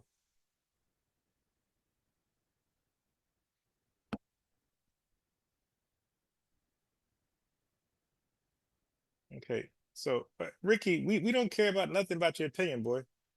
So Ricky, we don't care about your likes. We don't care about your subscription. We don't care about your donation. Like, we got the A. Philip Randolph spirit. Y'all niggas are comfortable coming over here, living in a low caste system and living as a second class citizen. Y'all are cool with that. Or second class immigrant, tether, whatever. You're damn sure not a citizen. Now look at his other arguments about these West Indians, because he called them out by name, as you can see. Most notably, Randolph castigated West Indians for not becoming citizens of the United States. Okay, you see, he's on these West Indians. So he was on them for not becoming citizens of the United States. Because what he realized there's a loophole. If you stay an immigrant and not become a citizen, you don't got to worry about citizen shit. You only could worry about immigrant shit. And this is why largely they don't fight on our behalf for anything political, because they're not citizens, they're immigrants, and they won't seek citizenship because then the hustle is over. Listen again. Did not take the appropriate steps to organize against discrimination. Most notably, Randolph castigated West Indians for not becoming citizens of the United States. To challenge discrimination, blacks, he held, needed political power, and such power could only be garnered by citizens. It is also elementary that whether one be a citizen or not, he is affected by the legislation of the country where he happens to be residing. He called for black immigrants to follow the example of the Jews and the Irish who had become citizens to increase their clout. Garvey's Pan-Africanism. Do you see that? So he said, y'all black immigrants, if y'all really down with us, then why don't you be an American citizen? Drop the immigrant shit, because as long as you're an immigrant, you're always going to be immigrant first. So become a citizen, and now you're out of the immigrant status, and now you're one of us, and you're gonna fight for our shit now. But they didn't want to do that. They stayed as immigrants, and as a result, they're not gonna fight for citizenship. They're not gonna fight for citizenship stuff. They're gonna only fight for immigration stuff. So you see right now, Trump deporting their ass, and that's not a citizenship problem. That's an immigrant problem. You see, we got different problems. So we were saying, hey, to be really down with us, become an American citizen. Because now by doing that, you're going to be forced to fight for the shit we fighting for. But as long as you are an immigrant, you got your own fight and you'll never fight with us. So he's seen right through that Pan-Africanist shit. He's seen right through that RBG bullshit. He did not respect Garvey and his Back to Africa crazy fucking mission. He was thorough as hell, just like Robert F. Williams. You dig? You're learning Black history from where? Unbiased Sports. Not these other fucking channels that claim to know this stuff. Idea that peoples of African descent have common interests and should be unified. Historically, Pan-Africanism has often taken the shape of a political or cultural movement. There are many varieties of Pan-Africanism. In its narrowest political manifestation, Pan-Africanists envision a unified African nation where all people of the African diaspora can live. Du Bois' famous statement was made with the clear knowledge that many Africans living on the African continent suffered under the yoke of European colonial rule. Garvey's influence declined rapidly when he and other UNIA members were indicted for mail fraud in 1922 in connection with the sale of stock for the Black Star Line. He served 2 years of a 5-year prison term, but in 1927 his sentence was commuted by U.S. President Calvin Coolidge, and he was deported. President Joe Biden pardoned Garvey in 2025. Garvey was never able to revive the movement abroad, and he died in 1940 in England. His body was returned to Jamaica in 1964. So we call him Marcus Garvey. It's my great-grandfather. Hold on. We call him Marcus Garvey, the great mail fraudist. Okay. So now, side topic. So let's just talk about Lord Jamar just for a split second. Right? So we're not undermining or disrespecting the things that he helped do on behalf of ADOS, American Freedmen, and FBA. We appreciate it. We encourage allies to help support and signal boost the message. What we're not going to do is we're not going to make people honorary FBAs. No, be proud of who you are. If you're Guyanese, you're Guyanese. If you're Russian, you're Russian. If you're an alien, you're an alien. Okay. So some FBAs like to say Lord Jamar is FBA. So let's first, before we start doing that, let's first see what he says he is. Listen. It's my great-grandfather on my father's side that wasn't born here. Okay, so his great-grandfather on his father's side wasn't born here. So they immigrated over here. So his father's side is not FBA. That's okay. That's okay. He said it. So why are you saying something different? He said his great-grandfather immigrated over here. So he was not an ADOS, an African descendant of slavery. He was not. He was not an FBA, a foundational Black American. He was not an American freedman, and neither was he an emancipated person. You dig? He came after all that shit. He said it. I believe him. It's over. Let's go on. It's my great-grandfather on my father's side that wasn't born here. Plain simple. How does one know that they're foundational American? Now, we know that's a tether question. How does one know that one is a foundational? Like, what you mean? Just trace your ass back to slavery, you good. That's a tether question. A few years back, did a... So, by the way, he's conversing with Tariq Nasheed. Now, Tariq Nasheed is responsible for the terminology FBA, Dr. Claude NBA, Tone, ADOS, and we got the term American Freedman. I'm not sure who's responsible for that. I know Lord Abba Naeem represents that. I don't know their origins. Okay, but I do know that was a term used early on in the 1800s, I think mid to late 1800s, or even earlier. Not sure, but that's not a new term. Let's go. Like an ancestral. So I had just did on my father's side, right?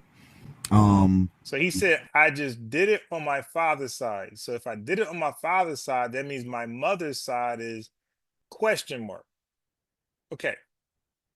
But in doing all of this, and I'm going to tell you, it traced back to Guyana, right? Okay, right. So his father's side traced back to Guyana.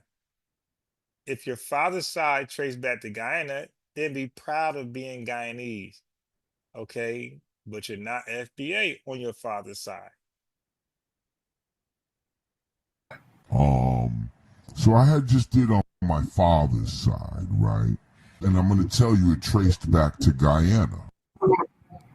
We can trace back. My family suffered from redlining and all that type of shit, because I know how you feel about. Now all of a sudden his family suffered from redlining. My boy, your family was in New York City, bro. If they're from Guyana, they were in New York. I don't know what degree redlining you think your family suffered from, but it was not comparable to the Jim Crow South, right? You had Karens yelling at you. We had the KKK trying to lynch us. It's a different experience from North Jim Crow and Southern Jim Crow. Your redlining was tickles compared to our redlining. We had sundown, cities and towns. What are you talking about? 100 years of lynching. Which one of those lynching was in New York? Or how many? About like Jamaicans that come here right now, this generation, and they're able to get loans. My family didn't go through that. My family didn't get all that when they came here. We lived as regular black people. So I believe you. You lived as regular black people, but you didn't live as a regular FBA that experienced Southern Jim Crow. We didn't get all that when they came here. We lived as regular black people. So let's talk about that. Let's talk about that. That would not, if they came over and they immigrated, because your family came from immigrants, they immigrated over here. So Tariq Nasheed asked an easy question. Your family immigrated over here. He said yes. So if you immigrated over here, how are you FBA on that side of your family tree? Dude, you're not FBA on that side. Let's keep going. And you can Ellis Island. Because your family came from immigrants. They immigrated over here. And you can Ellis Island. Right. I know the boat. Hey, that's very different, because you can't get a reparations claim like that. Because okay, listen. ADOS and FBA, the split happened when they were trying to discuss reparations. Who gets reparations? What is it based on? So that's how that's when Tariq Nasheed said, okay, let me just do the FBA thing. Because to him, ADOS wasn't tight knit when it came to who and who can get reparations for our experience, the FBA slave experience in America. Okay? So now, Tariq, who's not our leader, but he's very intelligent and he is a spokesperson, he has his own idea of qualification for reparations and disqualifications for reparations that disagree with Tone and Yvette. Okay? So, he's hearing Jamar out. Like you did, like I did. And he's saying, well, based on that, you don't qualify. Who disagrees? You're saying your father's from Guyana. So if your reparations claim is based on your father, dude, you're disqualified as eligible of reparations. If you're disqualified for, here's the bad part. Well, not bad part, but here's the other part. if you're disqualified for reparations for being slavery in America, then you cannot be FBA because they go hand in hand. So Tariq heard him out. You heard him out. I heard him out. Tariq said, yo, based on what you told me, you don't qualify. In other words, you're not FBA. And forget Tariq. The same info he disclosed, I said the same thing. Like, wait a minute. Your father's side from Guyana. You didn't do a background check on your mother's side, so all we have is your father's side. Well, based off that, nigga, you're not FBA. That's okay. You could be a supporter. He'd have been more beneficial and more of a help had he said, yo, I'm Guyanese, but I support FBA and I'm going to show you. Because then he would encourage other Caribbeans to stop cooning, stop being tethers, and start supporting us. You don't got to cosplay as an FBA, dude. The support we really appreciate is you showing your country that, yo, you can support us regardless that you ain't getting shit. Very different, because you can't get a reparations claim like that. Because you can't get a reparations claim like that. And it's very important to not mix it up. But now keep in mind, this is just my father's side. Okay, cool. So your father's side, you're excluded. So now, what's your mother's side? Let us hear that part. I understand that. We all have two sides now. My mother's side, I ain't traced that yet. No. So you don't know. So your father's side, is from Guyana. No check. Like Cassette said, no check. Your mother's side, you don't know. So when does don't know means you know?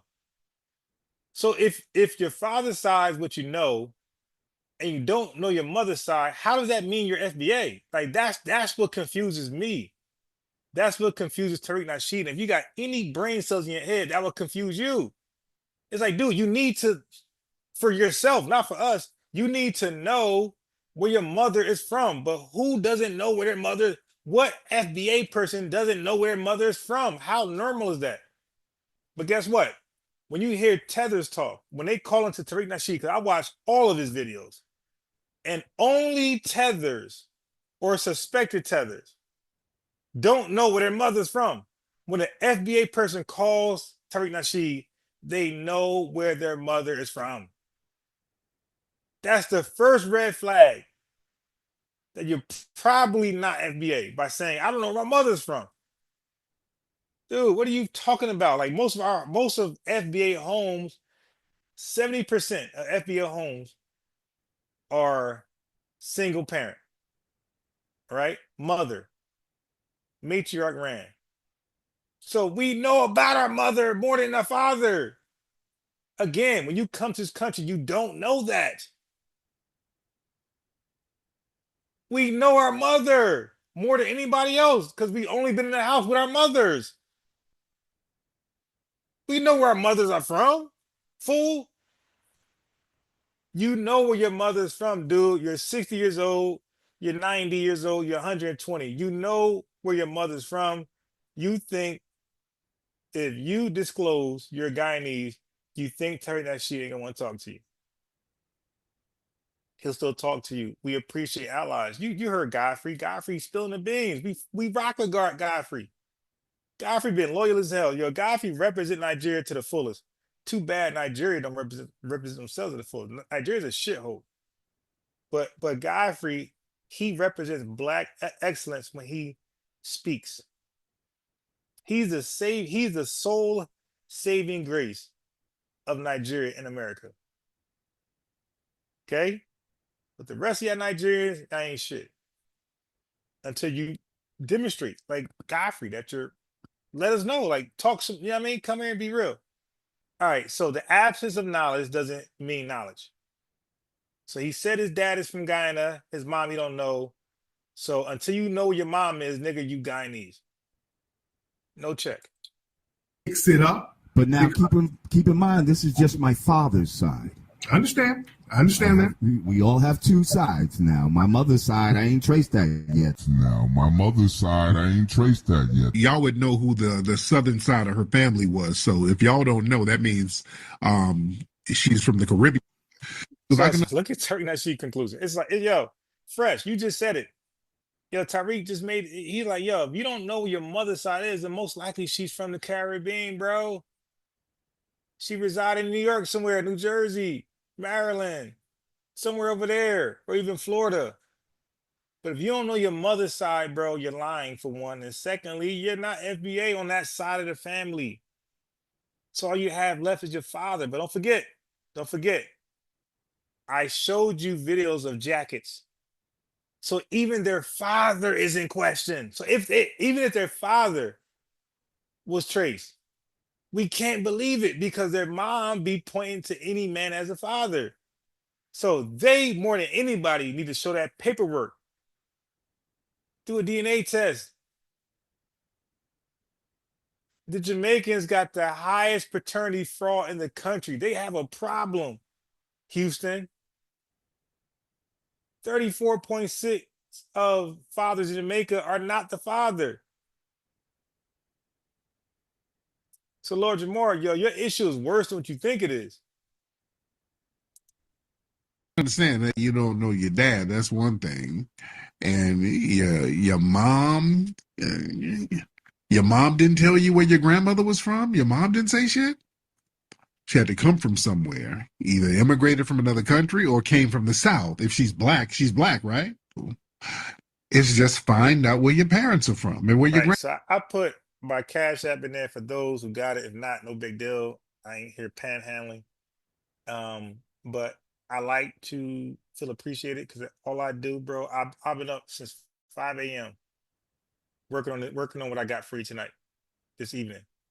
Okay, I wanted to go live earlier, but it was a lot of research being done, and I had to make these videos. These are videos. I put a lot of research. I gotta watch videos. I know this stuff because I watch all these videos. While you guys are having fun, bowling, going to the movies, I'm watching shit.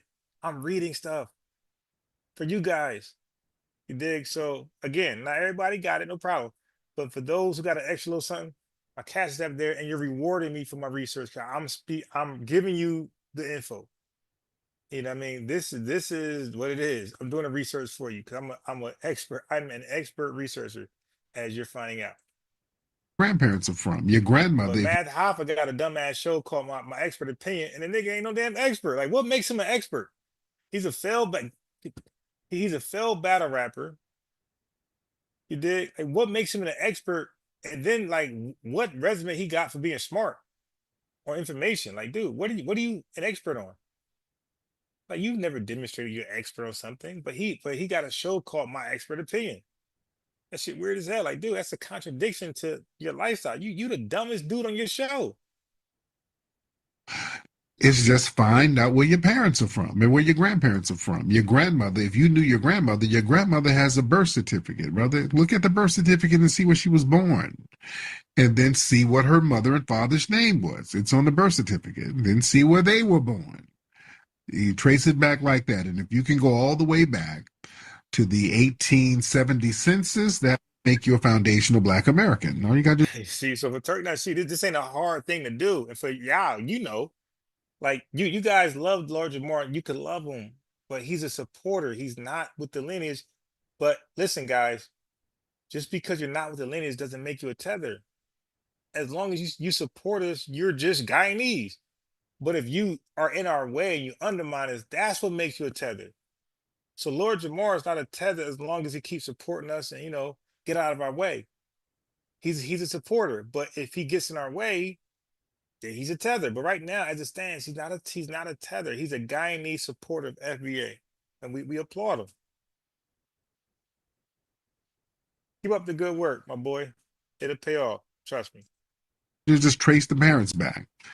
Okay, some of these folks, you don't know where your mama's really from. Okay, like my mom's from New York. We kind of lost, and then okay, but folks, okay, I don't know how y'all don't be knowing where your mama from, and you don't know your mama's side of the family. At least I can understand the dad's side might be a little sketchy, but you don't know your mama's side of the family.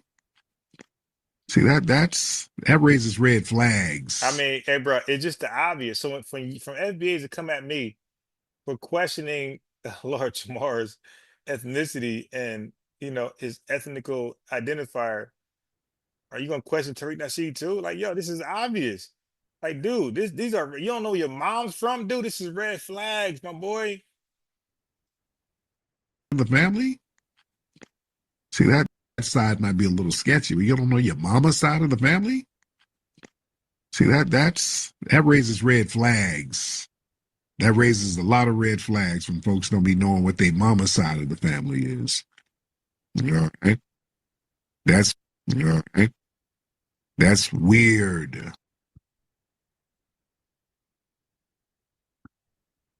That's weird. I agree. Okay, so you see my other channel.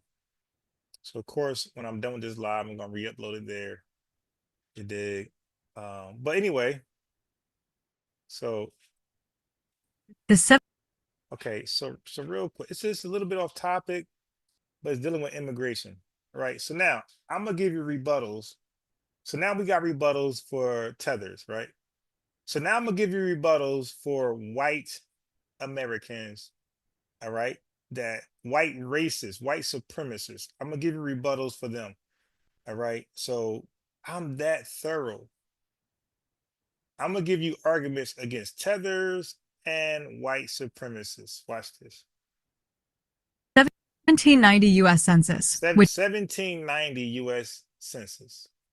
excluded Native Americans, revealed that the United States population had grown significantly since the 1770s, reaching roughly 3.9 million residents. The census also showed that about 80.7% of the United States population was white, while the remainder, 19.3%, were almost all African slaves, 0.28 in terms of ethnicity. Only 69.3% of the U.S. population could trace their origins to either England, Scotland, or Wales, Only 69% of Europeans could do that. compared to other European countries. The U.S. population was ethnically and racially heterogeneous in 1790.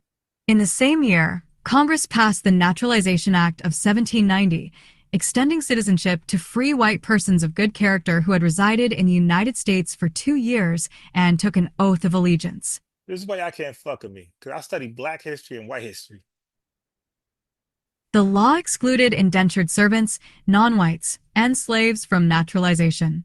Despite these exclusions, the Naturalization Act of 1790 was arguably the most liberal naturalization law to date, as it created a short and uniform path to citizenship that lacked gender requirements, religious tests, skills tests, or country of origin requirements.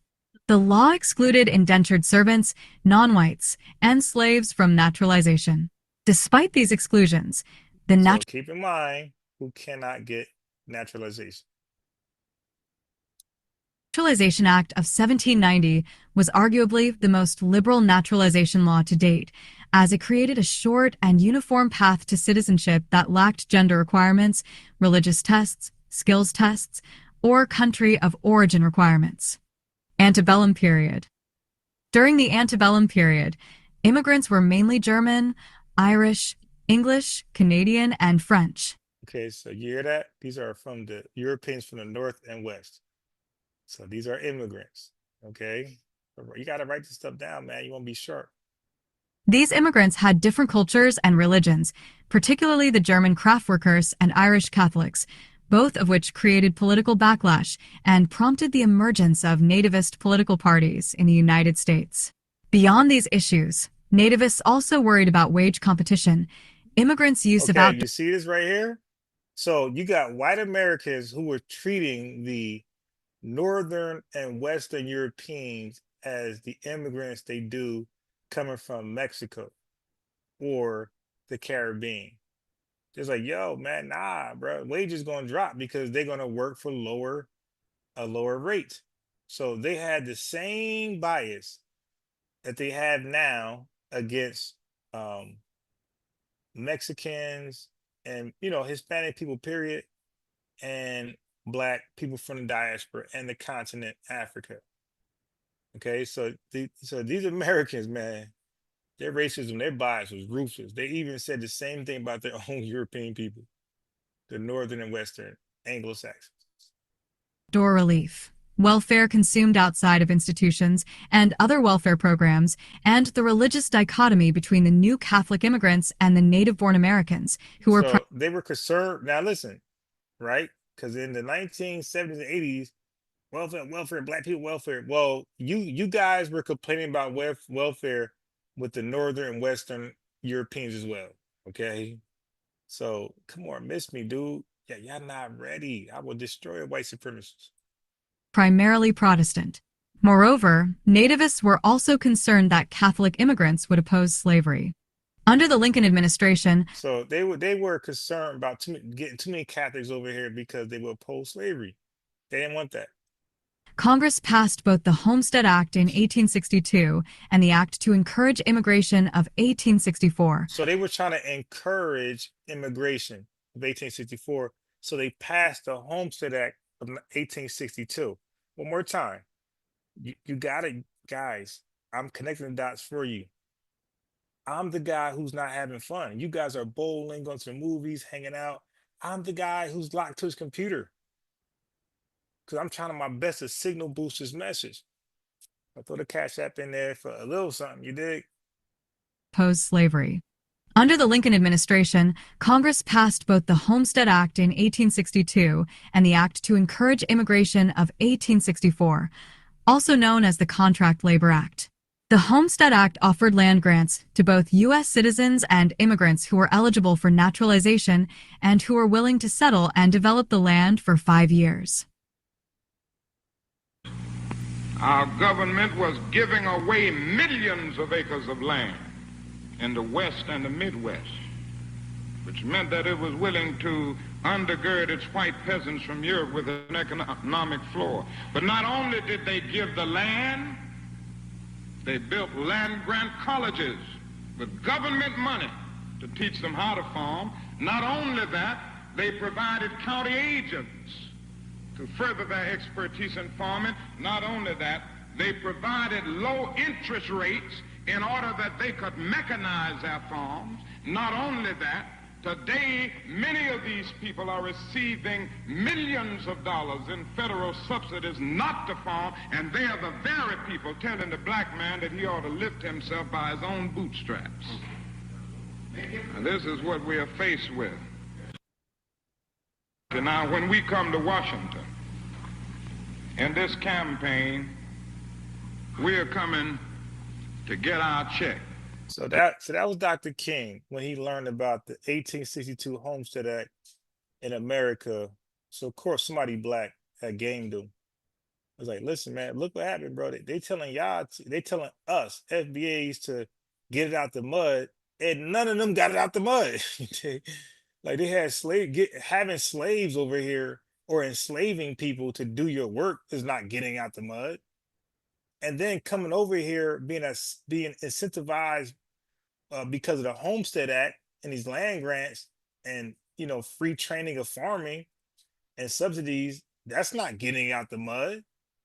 So Dr. King was like, "Yo, you're right, yo. So why we gotta start from ground zero?" All right, so we go to Washington again. We coming for a check, and then he was assassinated 2 weeks later. Is that real, man? But you think a tether knows that? I don't listen to tethers, man. Fuck out of here. Like I said, I don't need your support.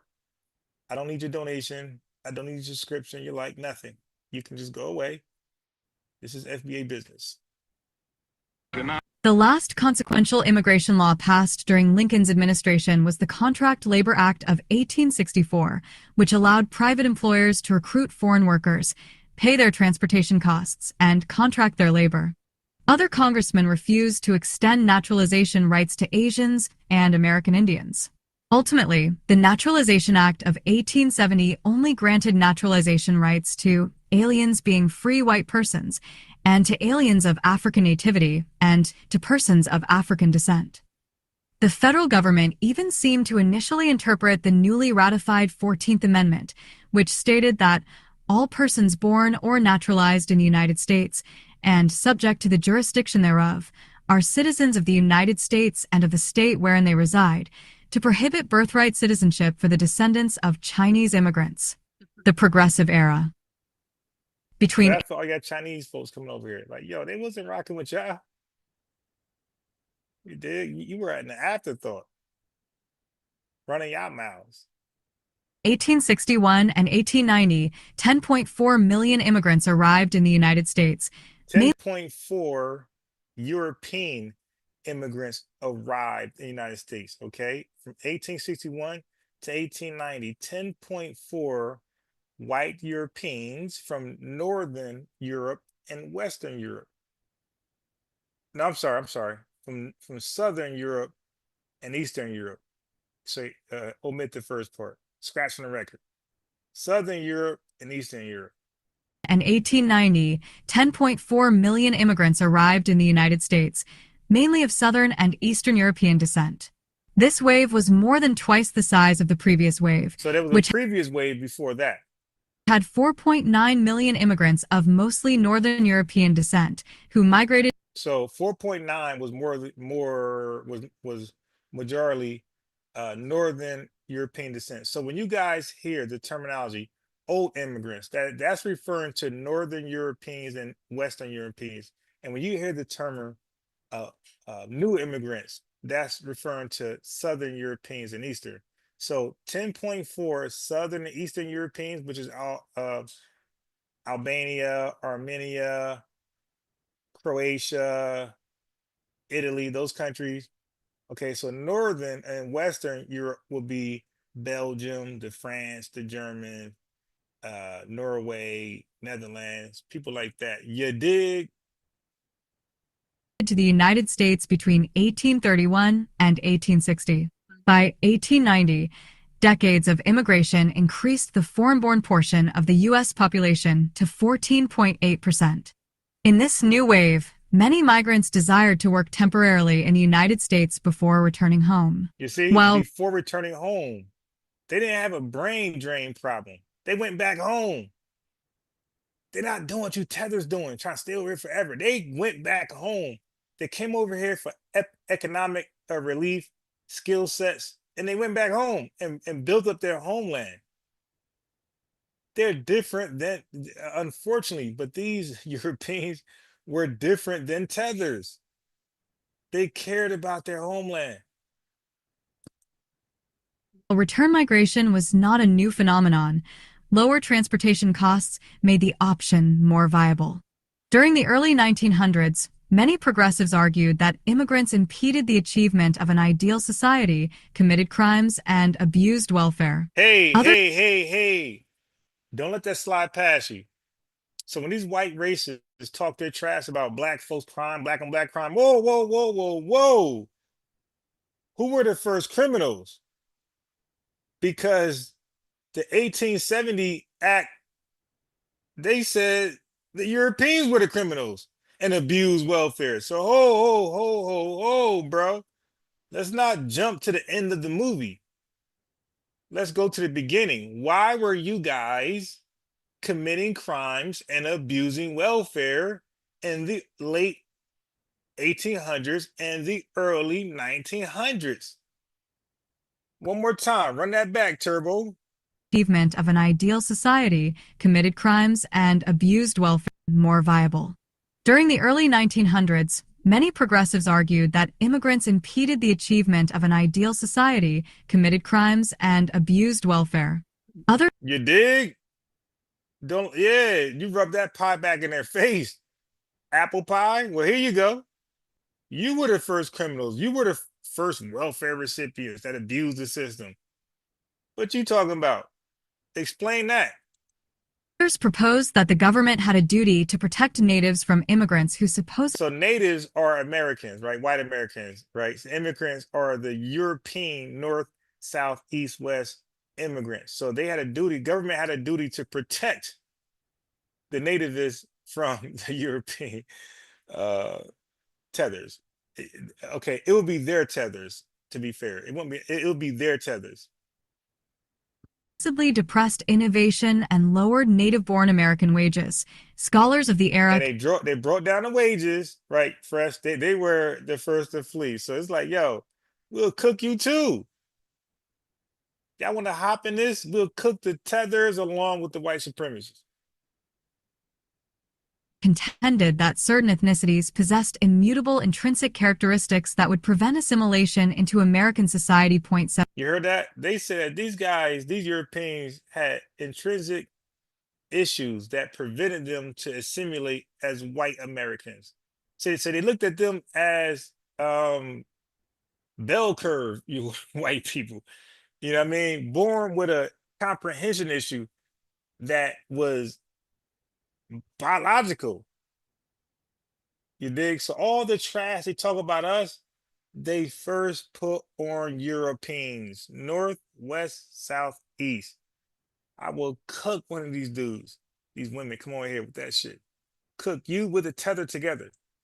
Immutable intrinsic characteristics that would prevent assimilation into American society. 75 To combat these perceived ills, progressives championed mandatory literacy tests, as well as various other eugenics-inspired racial and ethnic exclusions of Jews, Asians, and Africans. All right? Cook City. So that's why young sports don't just, I ain't a blackologist. I learn history, and more importantly, American history, which is going to be black and white. Okay, so now remember, I played the tether confessions.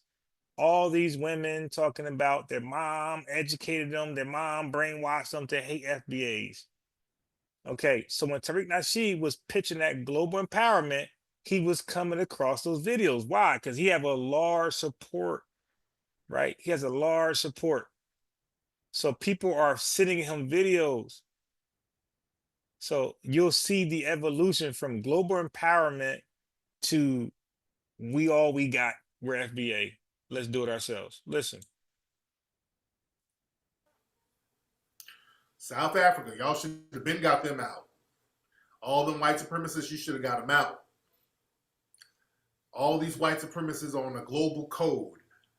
That's the problem. That's the advantage they have. They are on a code, and black folks are still scattered and confused and non-coded up. We do not have no code. That's why we got to start viewing ourselves as the same. And that goes for a lot of other groups. Now, black folks, for the most part, we look at the world as an African family, but it has to be reciprocal because, again, we got a lot of people who are from other African countries who believe that they're something else. You heard him? He said, okay. So he's basically saying, yo, Africa, you got to do your due diligence. You got to get on code because you guys believe you're something else. You don't believe you're just black. And you believe we're Akatas. Look. Other African countries who believe that they're something else. We're the Akatas and they're something else. Okay, so you see, he was clearly black empowerment, but he had concerns with Africa's and the Caribbean allegiance to global empowerment. He felt like they're not all in like FBAs are all in.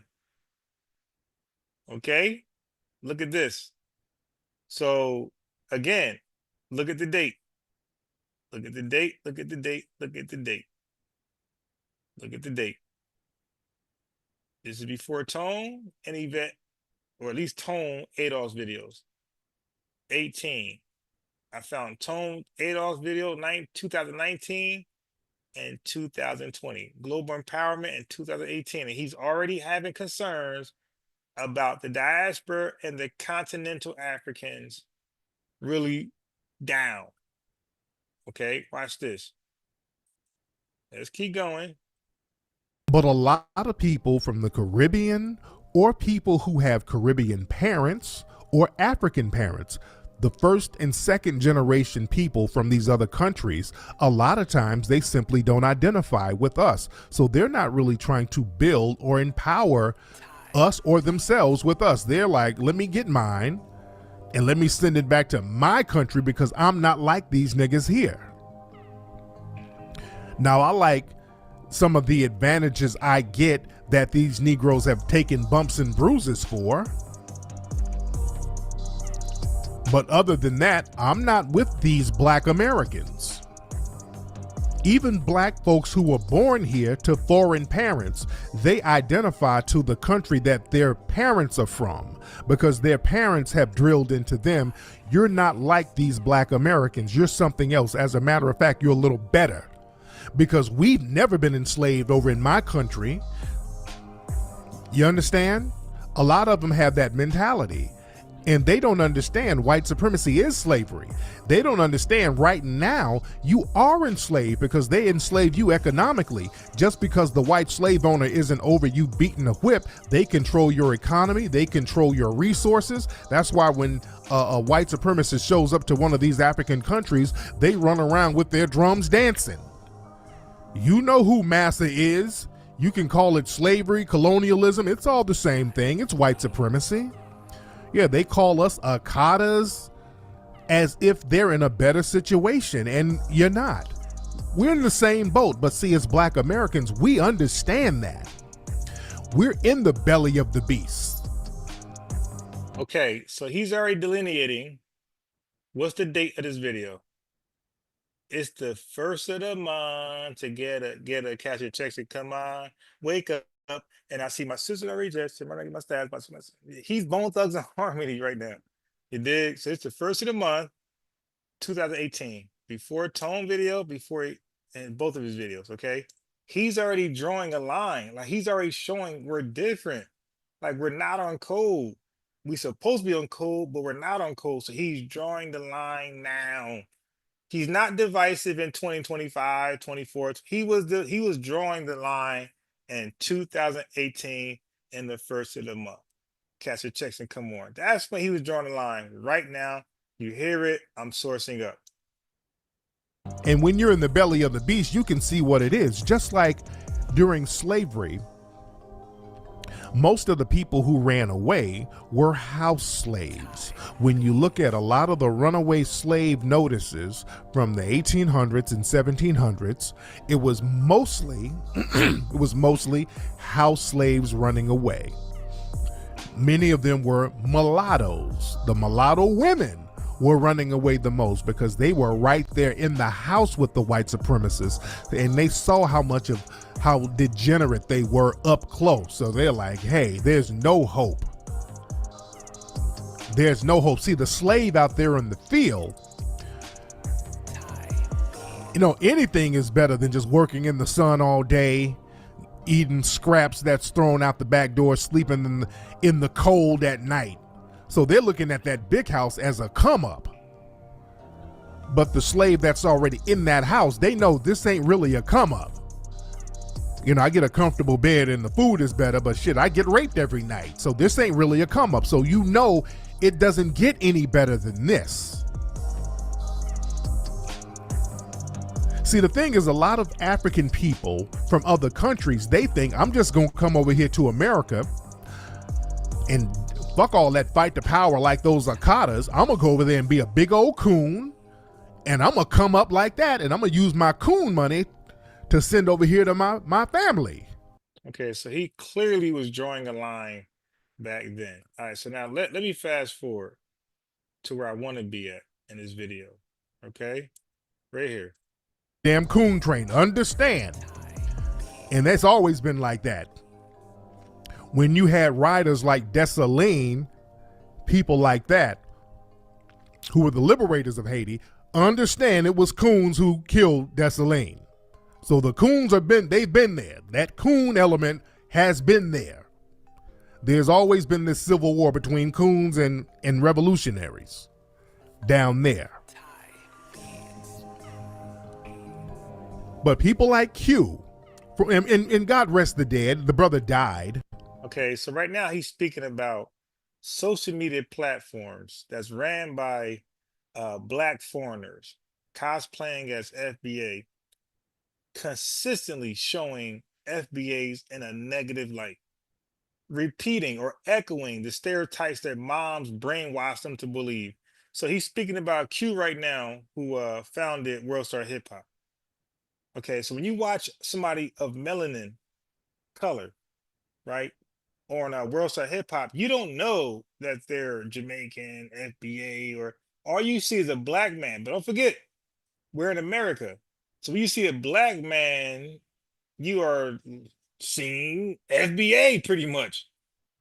That's how America sees it. So you're showing all these black people making buffoons themselves, and they're probably black folks from the diaspora and the continent. But who gets the blame? FBA.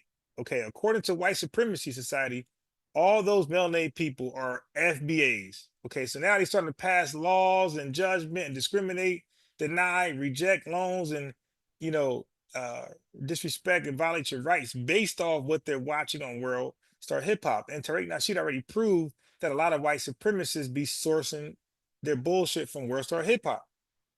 And Cube was on a Breakfast Club and he said he's Haitian.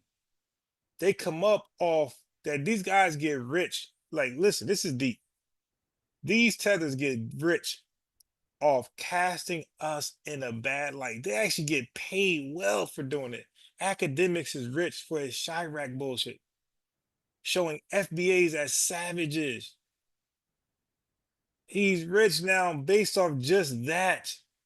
This dude don't have no real talent, no skill. I'm not subscribed to none of those tethers. You dig? I unsubscribe from all of them. The only non-FBA person I was subscribed to is Godfrey, because he been keeping it real. Like, he's one. You dig? And Cuba rides for us big time. You got Cuban Link, you got Cuban Crisis. Like, these people, Cuban Link, former terror squad member, is riding. Like, he says FBAs in his video. He's riding for FBAs, man. Find that dude, subscribe, and when he go live, support him, because he's not getting support. Because the Latino family basically abandoned him because he's keeping it real. So he's not getting the live views that he really needs like, he's not been rewarded for being honest about Fat Joe's sloppy ass and some of the racism in Latino communities. You dig? So find that brother, Cuban Link, subscribe, and just say Unbiased Sports sent you, whatever. And you ain't got to stay in the chat. Just say FBA, we support you. That's it. You can leave. You dig? Just let them know like who sent you, because that dude. But Cuba, period, always been riding hard for FBA. The country, period. When the government's trying to attack us and coming at us, we know we got a spot in Cuba. Assata Shakur, and don't forget Robert F. Williams. They all sought refuge in Cuba. So Cuba deserves some respect. Anyway, let Tariq Nasheed keep connecting the dots where he's starting to learn. Again, this is 2018. It's the first of the month where he's noticing, yo, we're not really on code. Like, yo, they're doing their thing and we're doing our thing, and they don't want to do our thing. They want to stay divided. They're in for themselves. He's learning that. Okay, this is early in the year. He's not a grifter. He's not a hijacker of a movement. He had these thoughts long before Adolf was even like popping. He started to realize, yo, these black folks really not on code. And when you further examine them, they're shitting on us. They're acting like agents of white supremacy. They're echoing the sentiments of scientific racism during, 1860s and 50s and shit. They're echoing those racist stereotypes. But they look like us. Why would they do that? Oh, economic relief. It's all about money for these motherfuckers. So he's starting to take a step back. Like, you know what? Let me re-examine my position, and maybe I'm like Dr. King. I'm integrating my people in a burning house. So let me get on my Malcolm X shit and start to segregate from these folks. Separate from these folks. Listen. Really give a shit? Just keep cranking it out. See, black Americans, we will say something about that. There's only so far we'll go once we keep in mind, he's still black empowerment at this time, but he's pointing out how it probably is not he's pointing out how it's probably not gonna work. They're not on code. He's pointing out, yo, they doing their own thing. They're too busy shitting on us. They supposed to be, he thought they supposed, this Pan-Africanist bullshit. He's believing they're going to be invested in us like we're invested in them. But he's saying they're invested in us in a different way. He's saying that if you shit on Black Americans, FBAs, white people will pay a hefty dollar. That's what he's realizing. Q, Shade Room, academics, unsubscribe from all these cowards, man. Math Hoffa.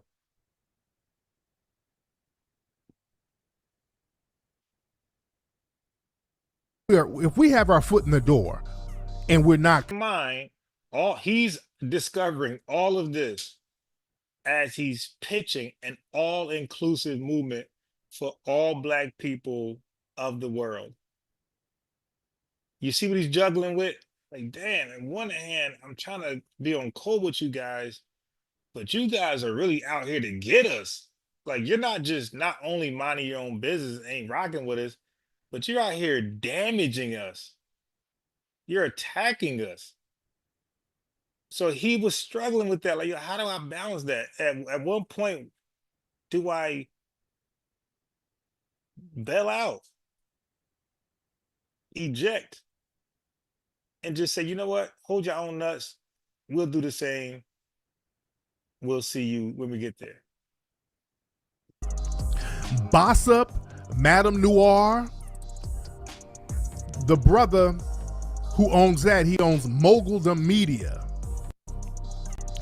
I think that brother is African because on his YouTube page, he's from Los Angeles, but he said he's Yoruba. So I'm thinking that his parents are Nigerian.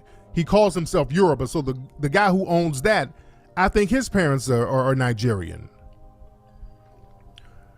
Now, the Shade Room, you notice that? And they got shithole countries. They got a lot to make a movie off over there.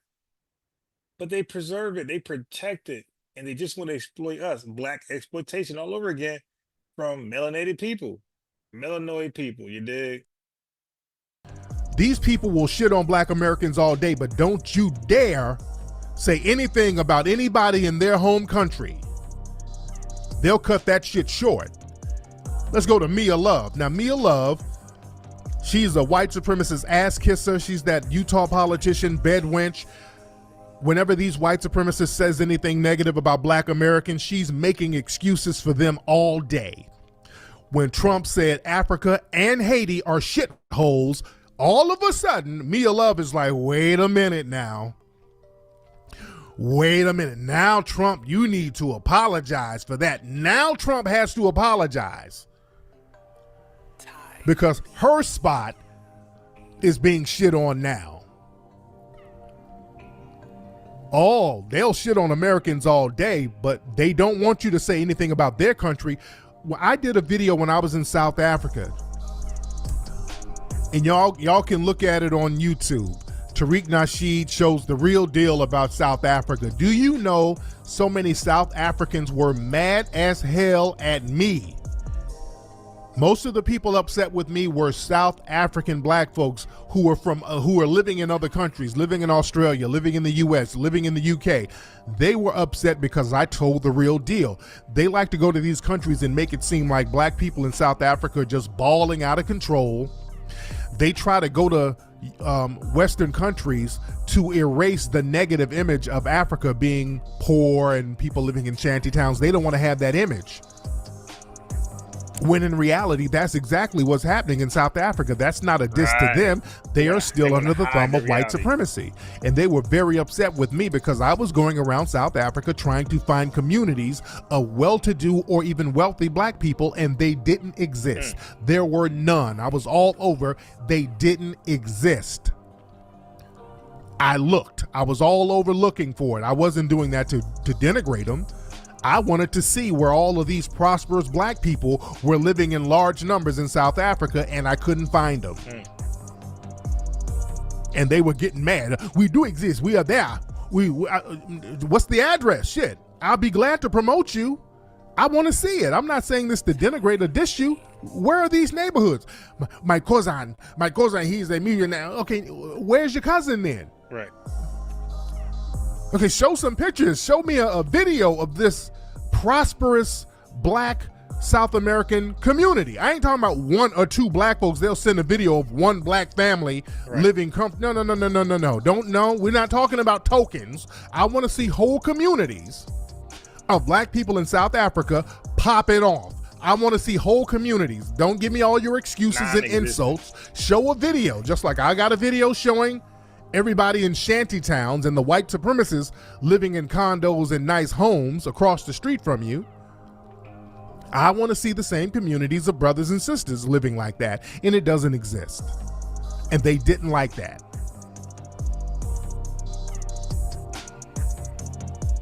We look at Mandela. No, I ain't talking about Mandela. I ain't talking about him. I'm not talking about some politician. No, communities. You dig? So they don't like that done to their folks. When it's their people, all of a sudden, hey, we got to do something. Now that Trump has shitted on all Africans and people in the Caribbean, now people want to speak up now. And now that the deportation game is popping, now everybody wants to look to us. And you can't be Johnny come lately when it's all about empowering. See, the thing is, a lot of people are opportunists. We got to chill out on the opportunists. And shout out to the South African brothers who put in work at the H&M store. Understand, I've been to South Africa. You do have some revolutionaries out there. Much respect to them. But they got somebody is black. And also understand this, just because some people start spouting about how they're proud to be black, make sure they're not a slash nigga. Make sure they're not doing the slash nigga routine. Well, I'm black and something else. Well, I'm black and Indian. Right, so I'm done there. I'm almost done with this live completely. I want to take a look at this. This is some more bullshit. Look, Africans and Caribbean people don't like African Americans. All right, so I wanted to take a look at this to see where they're going. I haven't watched it yet. I watched a tiny bit of it and I just stopped it where I thought the action was going to happen. So let me take a little bit of this, little peek at this. If it's entertaining, we'll review it. If it's ass, I'm going to close the live and I'll instead.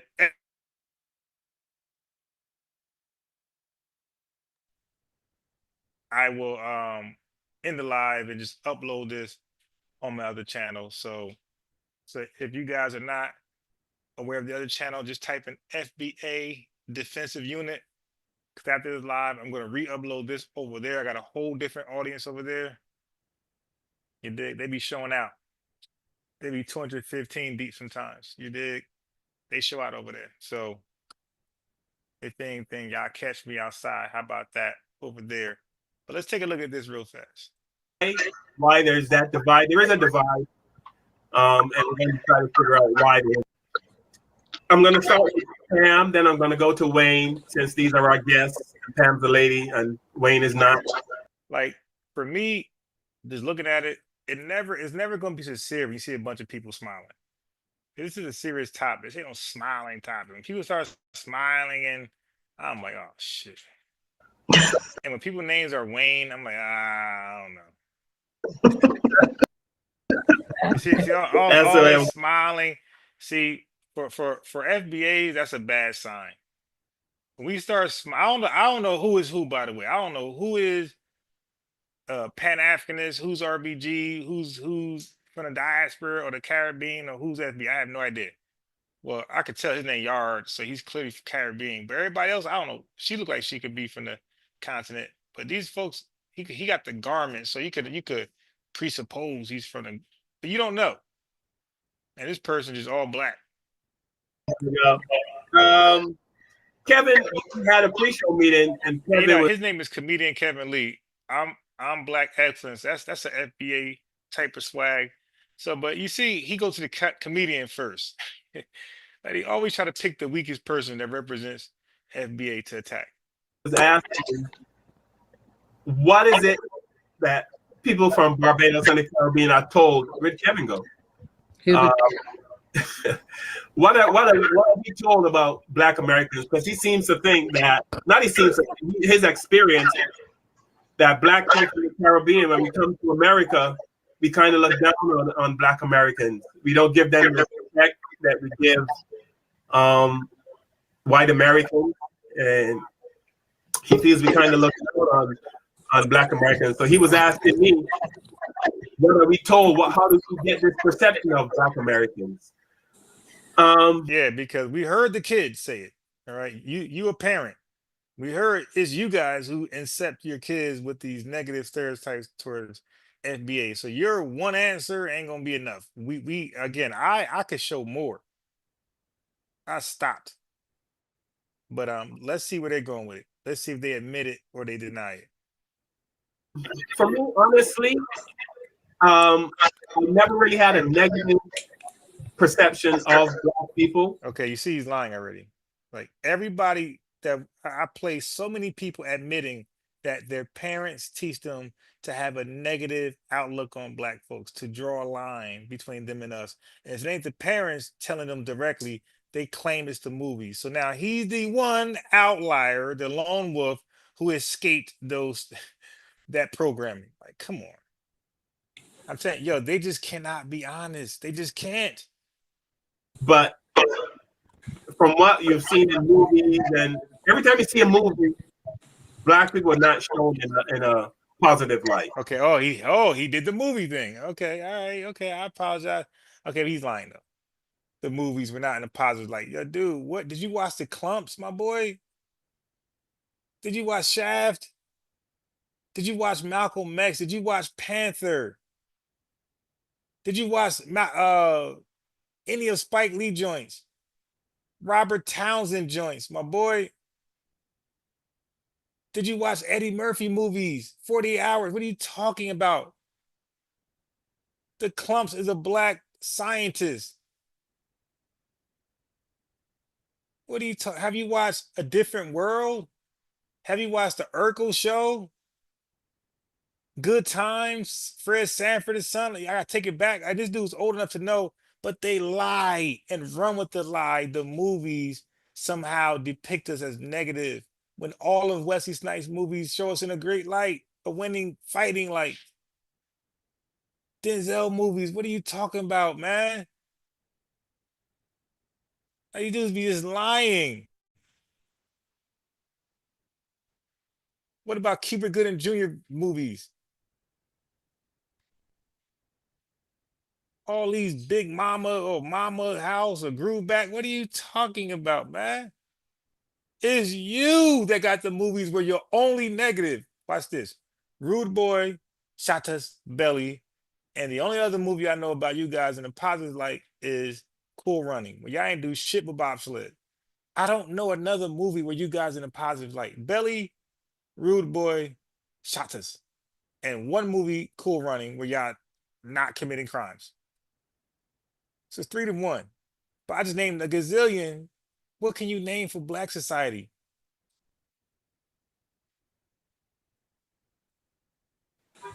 So I guess in the back of my mind, there was some negative connotations towards black Americans.